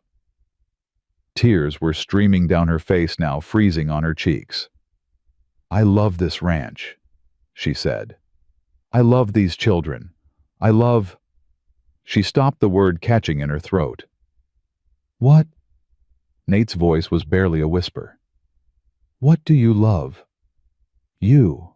God help me, I love you. And I won't stand by and watch you give up. Not now. Not ever. The words hung in the frozen air between them. Then Nate moved. He pulled her against him, his arms wrapping around her with desperate strength, his face buried in her hair.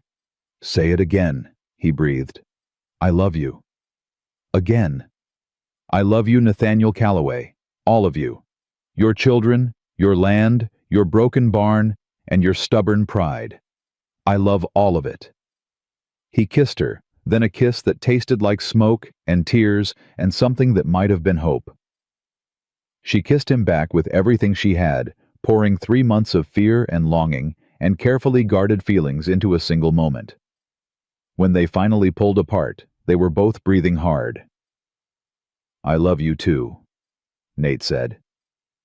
I think I have since that first night when you sat across from me in the kitchen and told me the truth about your husband, about your guilt, about all the things you were ashamed of. Why didn't you say anything?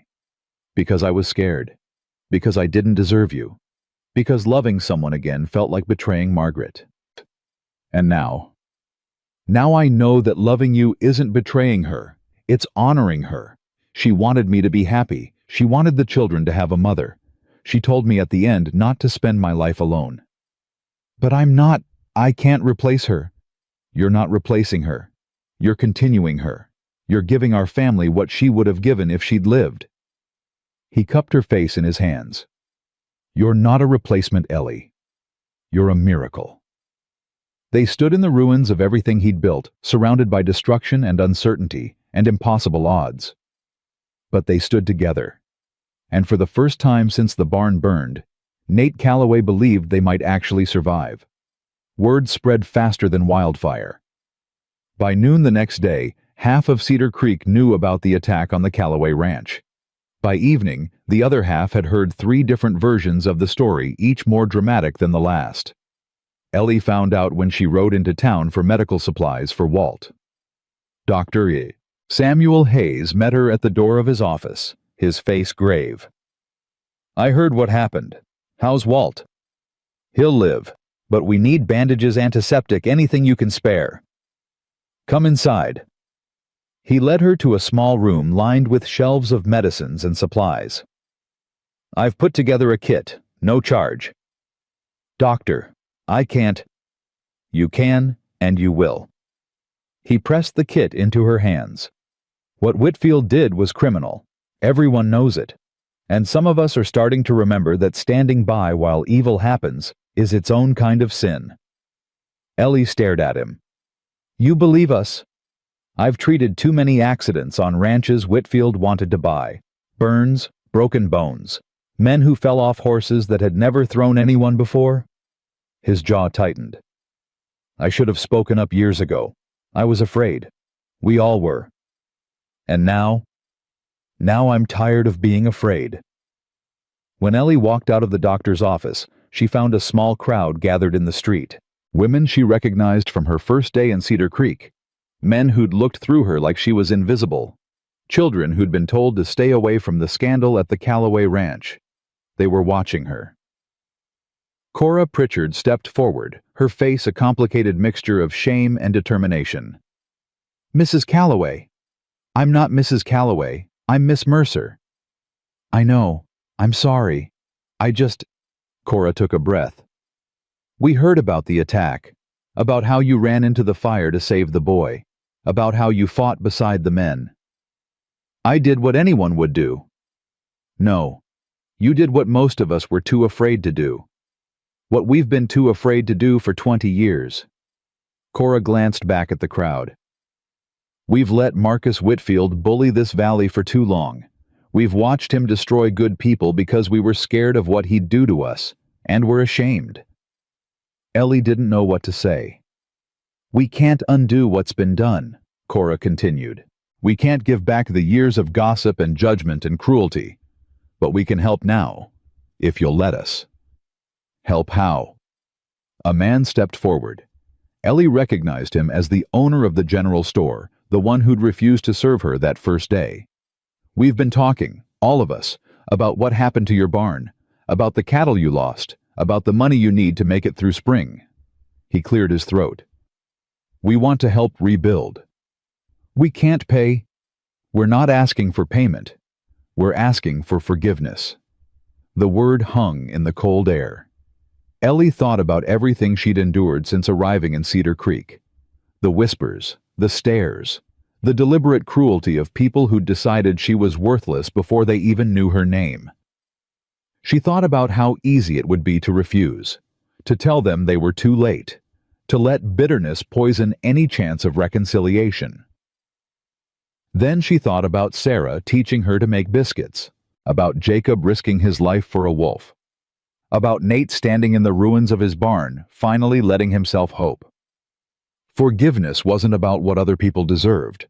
It was about what you were willing to carry. "We could use the help," she said finally.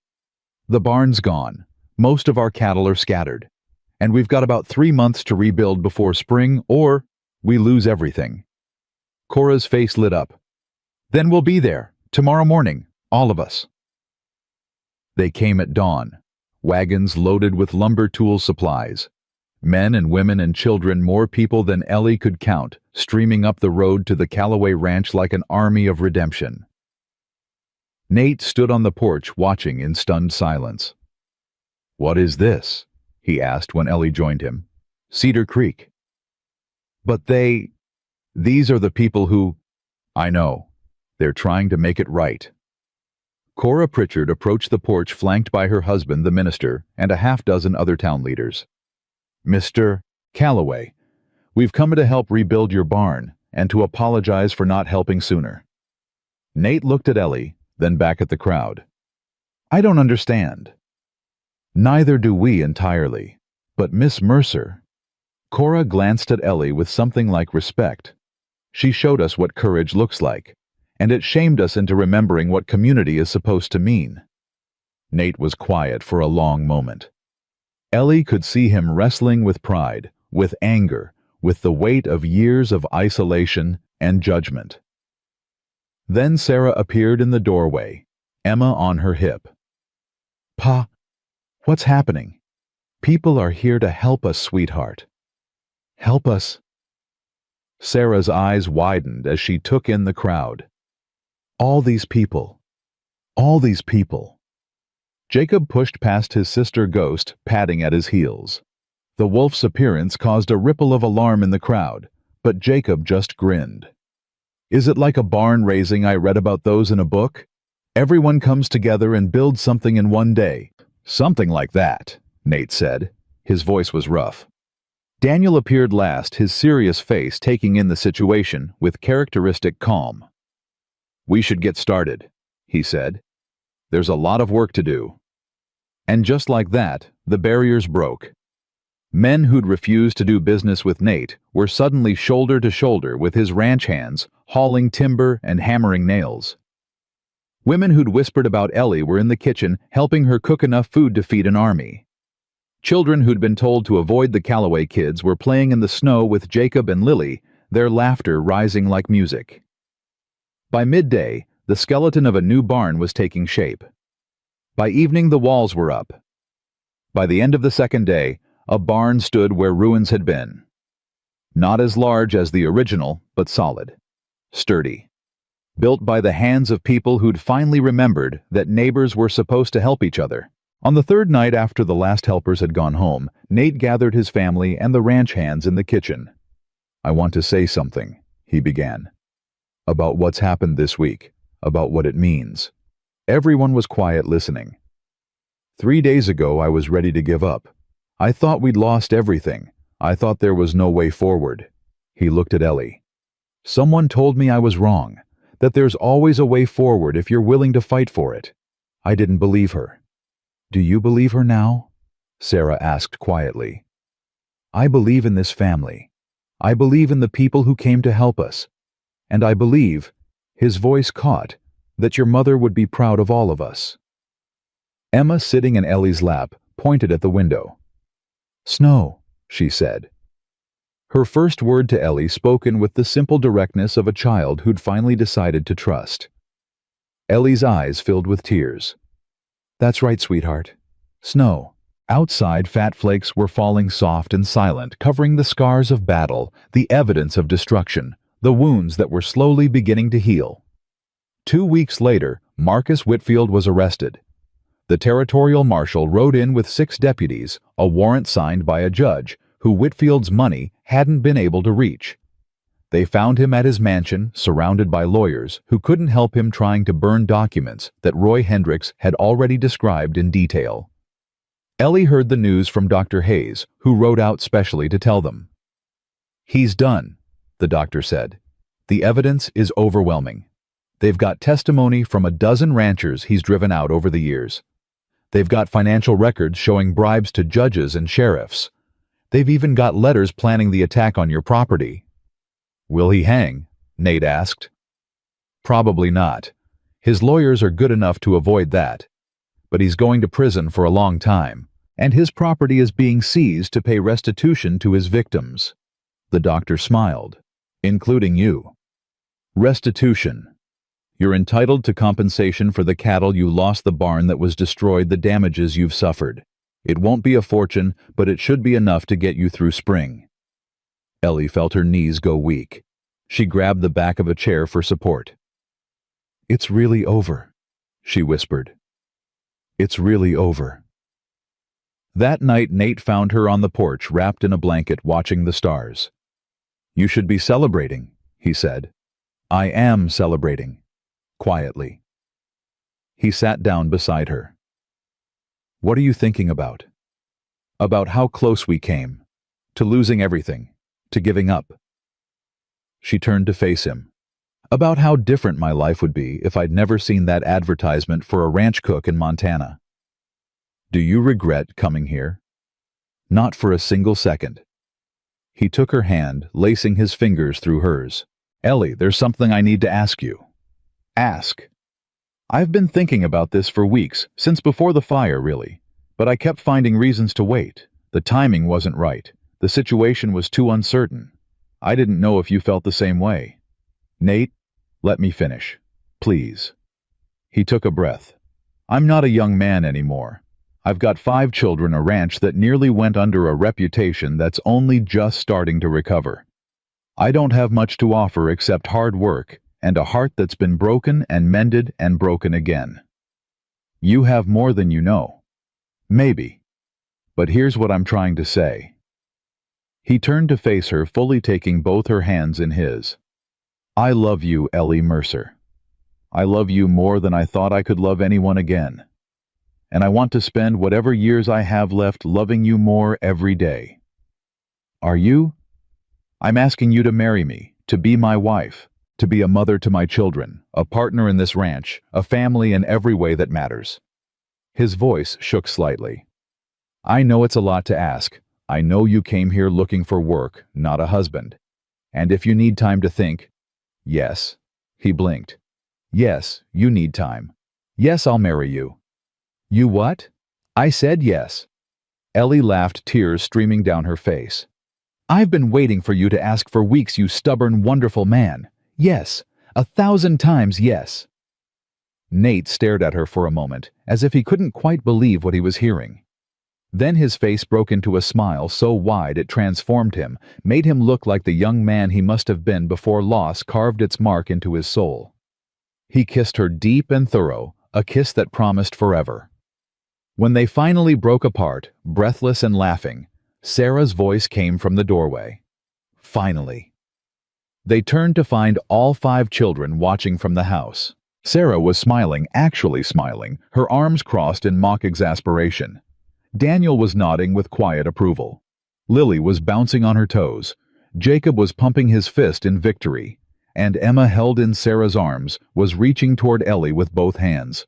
Mama, she said. Mama, Mama. Ellie's heart stopped. Did she just...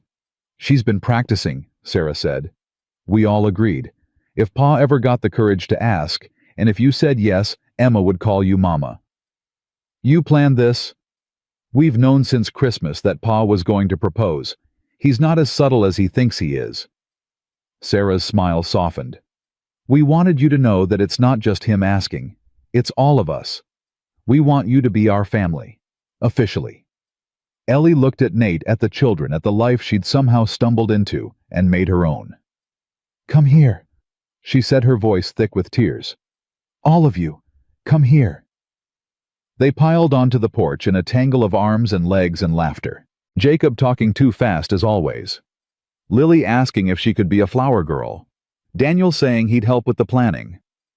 Emma still reaching for Ellie, still saying Mama like it was the most natural word in the world. And Sarah standing slightly apart, watching with eyes that glistened. Ellie reached out and pulled her into the embrace. Thank you, she whispered. For what? For letting me in. For trusting me. For being brave enough to love again. Sarah's arms tightened around her. Thank you for staying, for fighting, for not giving up on us. I never will. I promise you that. I believe you. Sarah pulled back, wiping her eyes. I finally believe you. The wedding was small, held in the new barn on a Sunday afternoon in late February. The whole town came, or at least it felt that way. People who'd once whispered about the scandal at the Callaway Ranch now came with gifts and well wishes and genuine smiles. Cora Pritchard organized the decorations. Dr. Hayes served as a witness. The minister performed the ceremony with tears in his eyes, saying it was the most beautiful thing he'd done in 30 years of preaching. Ellie wore a dress that Sarah and Lily had helped her make, simple white cotton with lace at the collar that had belonged to Margaret. Nate had offered it hesitantly, and Ellie had accepted it with reverence, understanding what it meant for him to share that piece of his first wife with his second. She would have wanted this, he said when he saw her in it. She would have wanted you. I hope I can honor her memory. You already do, every day, in everything you are.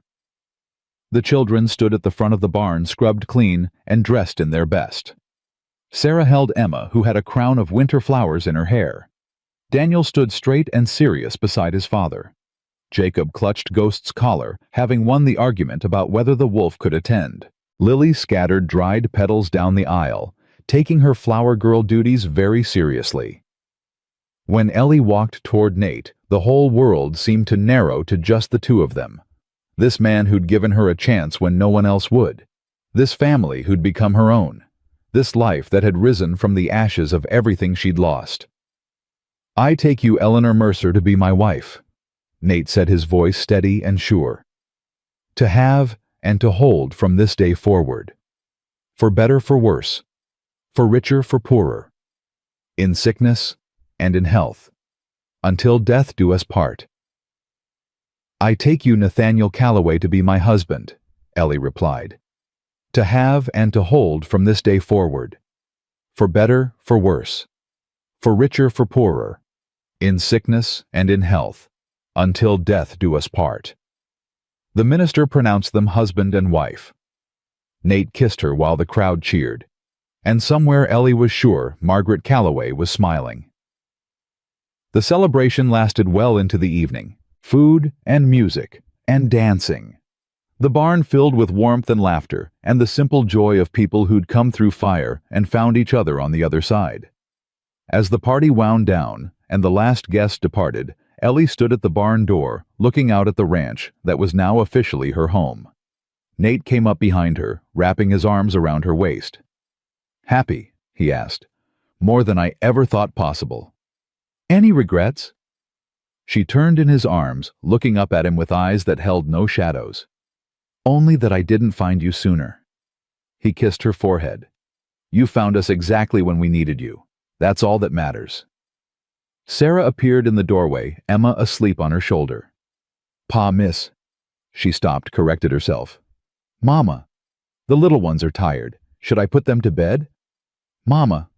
The word still made Ellie's heart skip. "I'll help you," she said. Together they carried the younger children to their beds. Jacob was already half asleep, mumbling about wolves and weddings. Lily went down easily exhausted from dancing. Emma barely stirred when Ellie laid her in her crib. Daniel waited in the hallway, his serious face showing something that might have been hope. "Thank you," he said quietly, "for making Pa happy again. Thank you for letting me try." He nodded once, then disappeared into his room. Sarah lingered. "It won't always be easy," she said. "We're a difficult family. We fight. We're stubborn. We carry too much grief." "So do I." "I know." Sarah smiled. "That's why you fit." She hugged Ellie quickly, fiercely, then walked away before either of them could cry. That night, lying in the darkness beside her husband, Ellie thought about the journey that had brought her here. The train from Boston, the frozen stagecoach, the cold bench outside the mercantile. All the small choices and desperate decisions that had led to this moment. "What are you thinking about?" Nate asked, his voice sleepy. "About how different everything is. About how I came here with nothing and found everything." "You didn't come with nothing. You came with yourself. That was always enough." She pressed closer to him, feeling his heartbeat against her cheek. "I love you, Nathaniel Calloway." "I love you too, Eleanor Calloway." Her new name. Their new life. Outside, the snow had stopped. The stars were bright. And somewhere in the darkness, a wolf howled at the moon, singing for the family he'd chosen and the home he'd found. The same song Ellie thought that they were all singing. The song of belonging. Spring came slowly to Montana that year.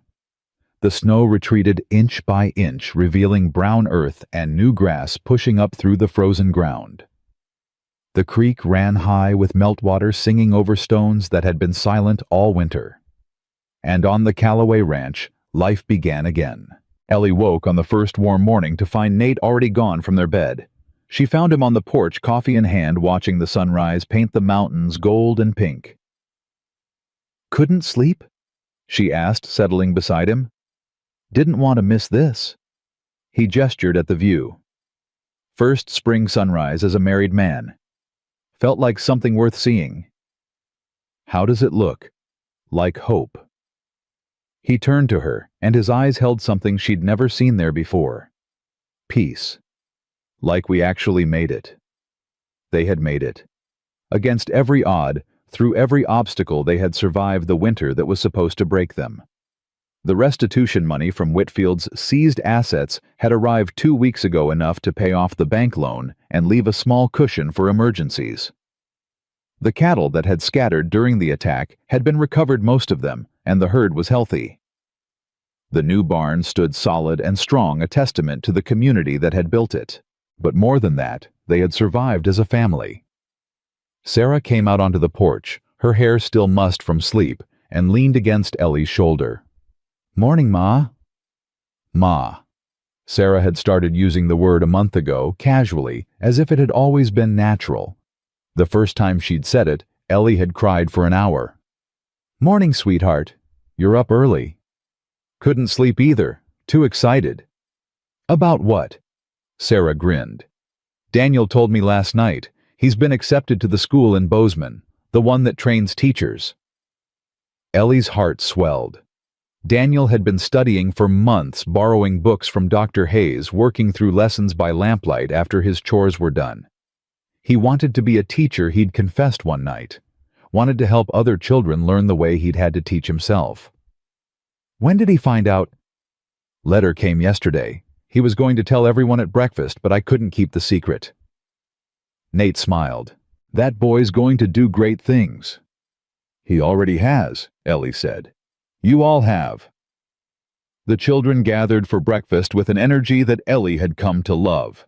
Jacob talking about Ghost's latest tricks, the wolf now fully accepted as part of the family.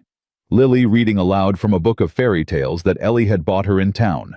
Emma chattering in the toddler language she'd developed, half words and half music. Daniel quiet but smiling, waiting for his moment. When he finally announced his acceptance, the table erupted.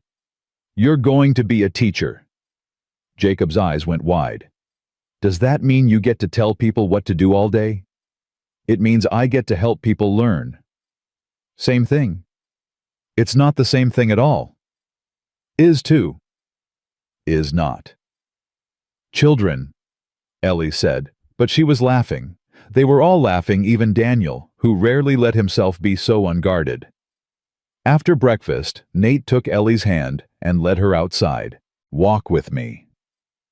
They walked down to the creek, to the spot where they'd stood so many times during the darkest days of winter. The water was running clear and fast, catching sunlight like scattered diamonds. "I need to tell you something," Nate said. "That sounds serious." "It is." He turned to face her, and she saw nervousness in his eyes for the first time in months. "I've been thinking about the future, about what we want to build here, and I realize there's something I never properly gave you." "You've given me everything." "Not this." He reached into his pocket and pulled out a small velvet box. "When we got married, everything happened so fast. I didn't have time to get you a ring. I thought I'd do it later when things settled down. But things never settled down, and then I started worrying it was too late, that you'd think I forgot." "Nate, I don't need—" "I know you don't need it. That's not the point." He opened the box to reveal a simple gold band with a small diamond. "This was my mother's. She gave it to Margaret when we got married, and Margaret—" His voice caught. "Margaret made me promise that if I ever loved again, I'd give it to her." Ellie's eyes filled with tears. She said a lot of things at the end. Most of them I couldn't hear, I was so lost in grief. But I remember that. She said, 'Don't close your heart, Nate. Promise me. When you find someone worth loving, give her my blessing.'" He took her hand. "This is her blessing, Ellie. And mine. And our children's. All of us giving you everything we have." He slipped the ring onto her finger. It fit perfectly. "I don't know what to say," Ellie whispered. "Say you'll stay. Say you'll grow old with me on this land. Say you'll be here for every spring sunrise and every winter storm and every ordinary day in between." "I already said yes to all of that." "Then say it again. I'll never get tired of hearing it." She kissed him, tasting tears and joy and the sweet promise of years to come. "Yes," she said against his lips. Yes to everything. Forever. The months that followed were the happiest of Ellie's life. She learned the rhythms of the ranch, the endless cycle of work that kept a cattle operation running. She learned to ride properly, not just the basic skills she'd picked up in Boston, but the real riding that ranch life demanded. She learned to mend fences and check cattle, and read the weather signs that meant the difference between a good day and a disaster. But more than that, she learned what it meant to be a mother. Sarah blossomed under her attention, the hard shell of the girl who'd had to grow up too fast, finally cracking open to reveal the young woman underneath. She laughed more. She let herself be silly. She started talking about boys in town, about dresses she wanted, about dreams she'd never dared voice before. Daniel left for Bozeman in September, tall and serious, and ready to become the man he was meant to be. Ellie cried when he hugged her goodbye. "Thank you," he whispered, "for giving us back our father, for giving us you." Lily became Ellie's shadow, following her through the house, helping with cooking and cleaning, asking endless questions about everything. She had a curious mind and a gentle heart, and Ellie saw in her the makings of something extraordinary. Jacob remained Jacob, wild and joyful, and absolutely certain that Ghost was the best wolf in the history of wolves. The animal had become a fixture on the ranch, accepted by even Walt, who still grumbled, but could sometimes be seen slipping Ghost scraps from his plate. And Emma, sweet Emma, who had watched her mother die before she could remember her, finally had a mother again. She called Ellie Mama, with the easy confidence of a child who had never doubted that she was loved. Fall brought the harvest of their efforts. The cattle sale in October was the best the ranch had seen in years. Prices were high, the herd was healthy, and for the first time in longer than anyone could remember, the Callaway Ranch was operating in the black. Nate brought the news home with a grin that made him look 20 years younger. "We did it," he said, sweeping Ellie into his arms. "We actually did it. We're not just surviving anymore, we're thriving. We did it together. That's the only way I want to do anything from now on." Winter came again, but this time it held no terror. The barn was solid, stocked with plenty of feed. The house was warm, filled with the sounds of children and laughter and love. The cellar was full of preserved food, enough to last until spring and beyond. On Christmas Eve, the family gathered around the fire, the same fire that had witnessed so much pain and healing over the past year. "I want to say something," Sarah announced. She stood up, her face serious, and pulled a piece of paper from her pocket. "I've been working on this for weeks. It's not very good, but I wanted to try." "What is it?" Lily asked. "A poem. About our family." She unfolded the paper and began to read. "We were broken, all of us, in different ways. Lost in grief and fear and lonely days.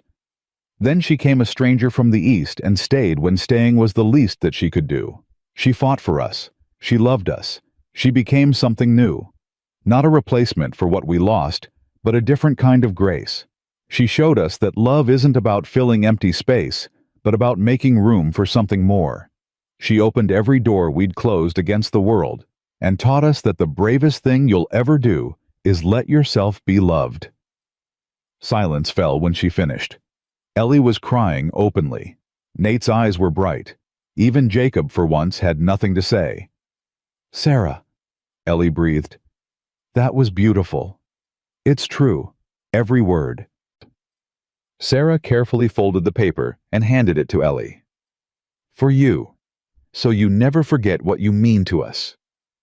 Ellie pulled her into a hug, and soon all the children had joined in a pile of arms and tears and love that threatened to overwhelm her. "Best Christmas ever," Jacob declared when they finally untangled. "Best Christmas yet," Nate corrected. "There'll be more, many more. This is just the beginning." The new year brought changes no one expected. In February, Ellie realized she was pregnant. She told Nate on a quiet evening, the children in bed, the fire burning low. She'd been nervous all day, unsure how he would react, whether he would be happy or scared, or something in between. "You're sure?" he asked, his voice strange. "The doctor confirmed it today." He was quiet for a long moment. Then his face crumpled, and he pulled her into his arms, his whole body shaking. "Nate, what's wrong?" "Nothing's wrong. Everything is right. I just—" He pulled back, wiping his eyes. "I never thought I'd have this again. A chance to do it right from the beginning. To be there for everything, not lost in grief or struggling to survive. You were there for your children. You did the best you could." "I know, but this time—" He placed his hand on her belly, gentle and reverent. "This time, I get to be present. Really present. For every moment." The children took the news with characteristic variety. Sarah immediately declared herself the baby's protector. "I'm going to teach her everything. All the things I wish someone had taught me." "What if it's a boy?" Jacob asked. "Then I'll teach him everything too. Boys need to know how to cook and clean just as much as girls." Daniel, home for a visit, shook Nate's hand with adult solemnity. "Congratulations, Pa. You deserve this happiness." Lily wanted to help choose names. Jacob wanted to know if the baby could have a wolf too. Emma was confused about the whole concept, but excited because everyone else was excited. The pregnancy progressed through spring and into summer. Ellie had never felt so loved, so cared for, so completely surrounded by people who wanted to protect her. Nate wouldn't let her lift anything heavier than a spoon. Sarah took over most of the household duties. Even Ghost seemed to understand staying close to Ellie whenever she sat outside, his yellow eyes watchful. The baby came on a warm August night with Dr. Hayes in attendance, and the whole family waiting anxiously in the next room. "It's a girl," the doctor announced, and Ellie heard cheering from beyond the door. Nate came in first, his face pale with worry, until he saw her holding the baby, healthy and pink, and absolutely perfect. "She's beautiful," he whispered. "She has your eyes. She has your strength." He sat on the bed beside her, one arm around her shoulders, one hand gently touching his daughter's cheek. What should we call her? Ellie had been thinking about this for months, about names and meanings and the weight of history. "Margaret," she said, "after the woman who made all this possible. The woman who loved you first, who gave you these beautiful children, who told you not to close your heart." Nate's eyes filled with tears. "Margaret Eleanor Calloway," he said slowly. "Maggie for short." "Maggie, I like that." The door burst open and children flooded in, unable to wait any longer. They gathered around the bed, peering at their new sister with wonder. "She's so small," Lily breathed. "She'll get bigger," Sarah assured her. "Can she have a wolf?" Jacob asked. "When she's old enough." "We'll see." Emma reached out one small finger and touched the baby's hand. Maggie's tiny fingers curled around it, holding on. "Sister," Emma said solemnly. "My sister." "That's right, sweetheart. Your sister." Standing there, surrounded by her family, holding new life in her arms, Ellie thought about the woman she'd been 2 years ago. Desperate, broken, stepping off a stagecoach into a town that had already decided she was guilty. She'd had nothing but a carpet bag and 47 cents and the stubborn refusal to disappear. Now, she had everything. The years that followed were not always easy. There were droughts and hard winters and the ordinary struggles of ranch life. Daniel graduated from his teacher training and came home to open a school in Cedar Creek. Sarah married a young rancher from a neighboring valley, a good man who adored her and had children of her own. Lily became a writer, sending stories to newspapers across the territory. Jacob inherited his father's love of the land and eventually took over running the ranch. Emma became a nurse, traveling to remote communities to help people who had no other care. And Maggie, little Margaret, Eleanor Calloway, grew up knowing nothing but love. "Tell me the story again," she would ask Ellie on winter nights curled up by the fire. "The story of how you came here." And Ellie would tell her about the train from Boston, the frozen stagecoach, the undertaker's wagon, and the woman with the blue hand. About Cora Pritchard and her cruel words. About the old man who predicted the worst winter in 20 years. About Walt Gruff and Suspicious, who became one of her closest friends before he passed in his sleep at the age of 73. About Ghost the wolf, who saved a kitten from a burning barn and lived to be 15, dying peacefully, with his head in Jacob's lap. About Marcus Whitfield, who spent 8 years in territorial prison and died alone, unmourned, forgotten. About the barn raising that saved them, the wedding in February, the ring that Margaret had blessed. About 5 motherless children who taught her what family really meant. About a man who hired her to cook and ended up giving her the world. And they lived happily ever after. Maggie would ask, already knowing the answer. We lived, Ellie would reply. We're still living. Happily ever after isn't an ending, sweetheart. It's a choice you make every single day. On the morning of her 20th wedding anniversary, Ellie woke to find the bed empty beside her. She found Nate where she always found him, on important mornings on the porch, watching the sunrise, coffee in hand. She settled beside him, and he wrapped an arm around her shoulders, pulling her close. 20 years, he said. Can you believe it? Some days it feels like 20 minutes. Other days it feels like 100 years. The good kind of 100 years. The best kind. They sat in comfortable silence, watching the light spread across their land. The ranch had grown over the decades, expanding to include the territory that had once been Whitfield's. The Callaway name was respected throughout Montana, now synonymous with integrity and hard work, and the kind of stubborn courage that built empires from nothing. I've been thinking, Nate said. That sounds dangerous. He smiled. I've been thinking about that day you arrived. How scared I was. How sure I was that hiring you was a mistake. And now I know it was the best decision I ever made. He turned to face her, his hair completely silver, now his face lined with years and weather, but his eyes still holding the same warmth they'd held when he first let himself love her. You saved us, Ellie. All of us. This ranch, this family, me. We were drowning, and you threw us a rope and refused to let go. You saved me right back. I came here empty, and you filled me up. Guess we saved each other then. Guess we did. He kissed her soft and sweet, a kiss that held 20 years of mornings and 1,000 more to come. From inside the house came the sounds of family arriving. Sarah's voice directing her children, Daniel's laugh, Lily arguing with Jacob about something trivial, Emma singing to Maggie's youngest, the new generation mixing with the old life, continuing its endless cycle. Ready to go inside?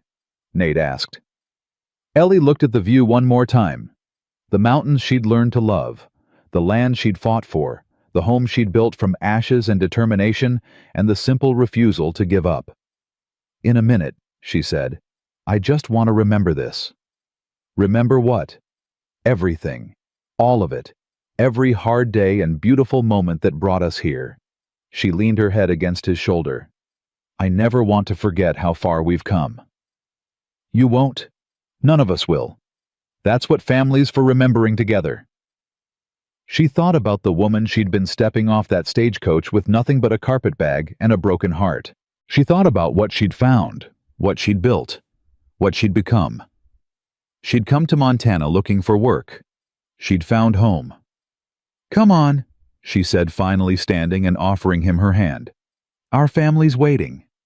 They walked inside together into the warmth and noise and beautiful chaos of the life they'd built. 20 years. 5 children. 1 grandchild with more on the way. A ranch that had nearly been lost and had become a legacy instead. It had all started with a desperate widow and a stubborn widower and a winter that was supposed to break them both. Instead, it had made them whole. And that, Ellie thought as she gathered her family around her, was the only happy ending that ever really mattered.